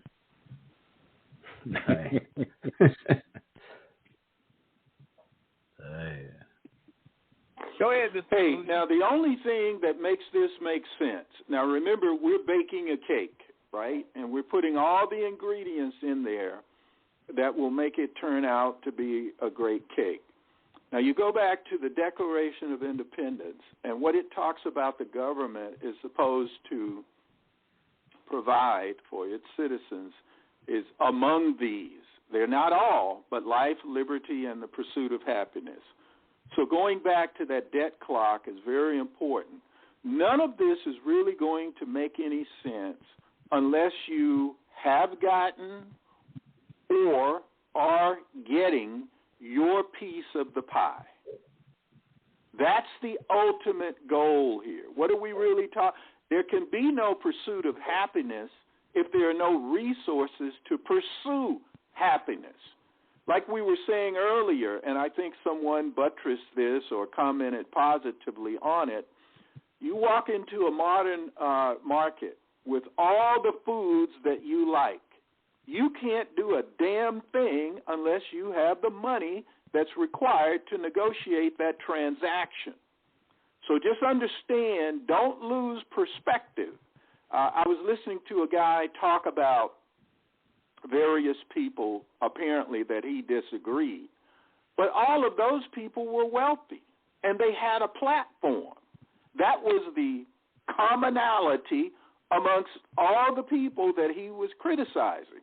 So I'm just saying, make sure you understand that America is a huge pie, and you need to figure out how to get a piece that will satisfy your taste. What do you think? Blacks Americans shouldn't be playing second fiddle to no other ethnic group that comes to this country. There's no reason Hispanics don't pass them. There's no reason the Eskimos down there don't pass them. No reason Indians who's drunk all the time, for whatever reason, should be passing them. None whatsoever. And even worse, they sending more money to dog shelters than they would to blacks. That's right. That's right. You can do some terrible stuff in the black community. They'll look at you funny, but go kick a dog. That's when you'll see outrage. If I ask Michael Vick. Yep. Man. So yeah. Yeah, Sunray. Now that was that was good, but I'm asking you. It's good to speak in concise terms, directly to the issue. What do you think about what I just said about America being a piece of pie, that if a person is going to have any standing, they've got to be about getting a piece of that pie? What do you think about that? Well, I have a scenario. Say America's a pie, right? This is not Sunray, right? No. Okay, go ahead. I'm sorry. So in order to get a piece of that pie, you got to sign over loyalty. You got to sign over loyalty to an outside entity before you can get that piece of pie. If you don't sign your loyalty over to that outside entity, then you starve. That's the scenario I see. Yeah, I'm sorry. I don't know what that means. You stumped me. That means we're talking. I'm going to tell you what I've done. I was a structural steel erector. I put up buildings. My company put up buildings like the ones that fell at 9/11. And we put bridges across rivers and waterways and highways. When I started, there was companies that already exist. Some of them had been around since the 1900s. What I done, and I knew the business, I just took pieces of their pie to form my piece of pie. That's what you got to do. If you don't like white supremacy, compete against it. Everybody else does. The Jews don't control the mercantile business in New York. The Asians do. They took it from them. Nigeria controlled 20-some-odd% of offshore oil well drilling.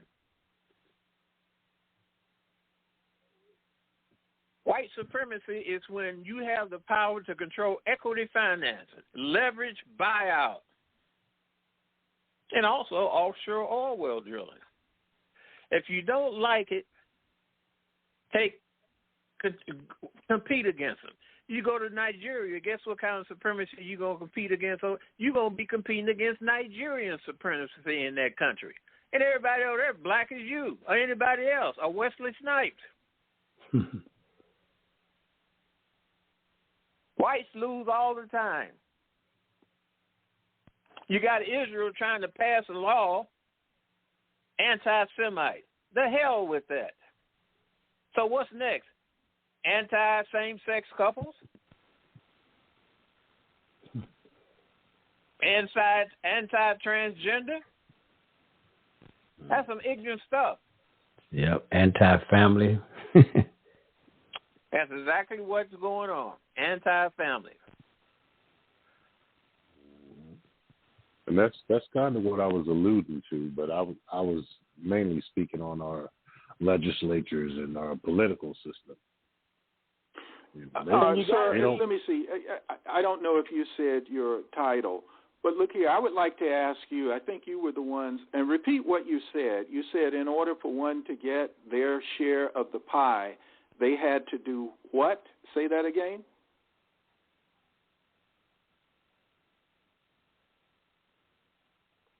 Hello? You got to compete. You got to compete and take pieces of other people's pie.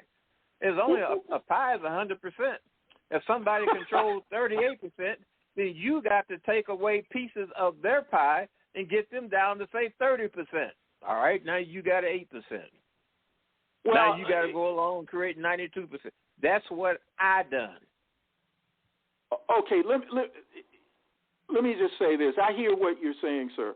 I would just put that in other terms, a little bit more euphemistically. I would say have the peaceful transfer of some of their pie to you.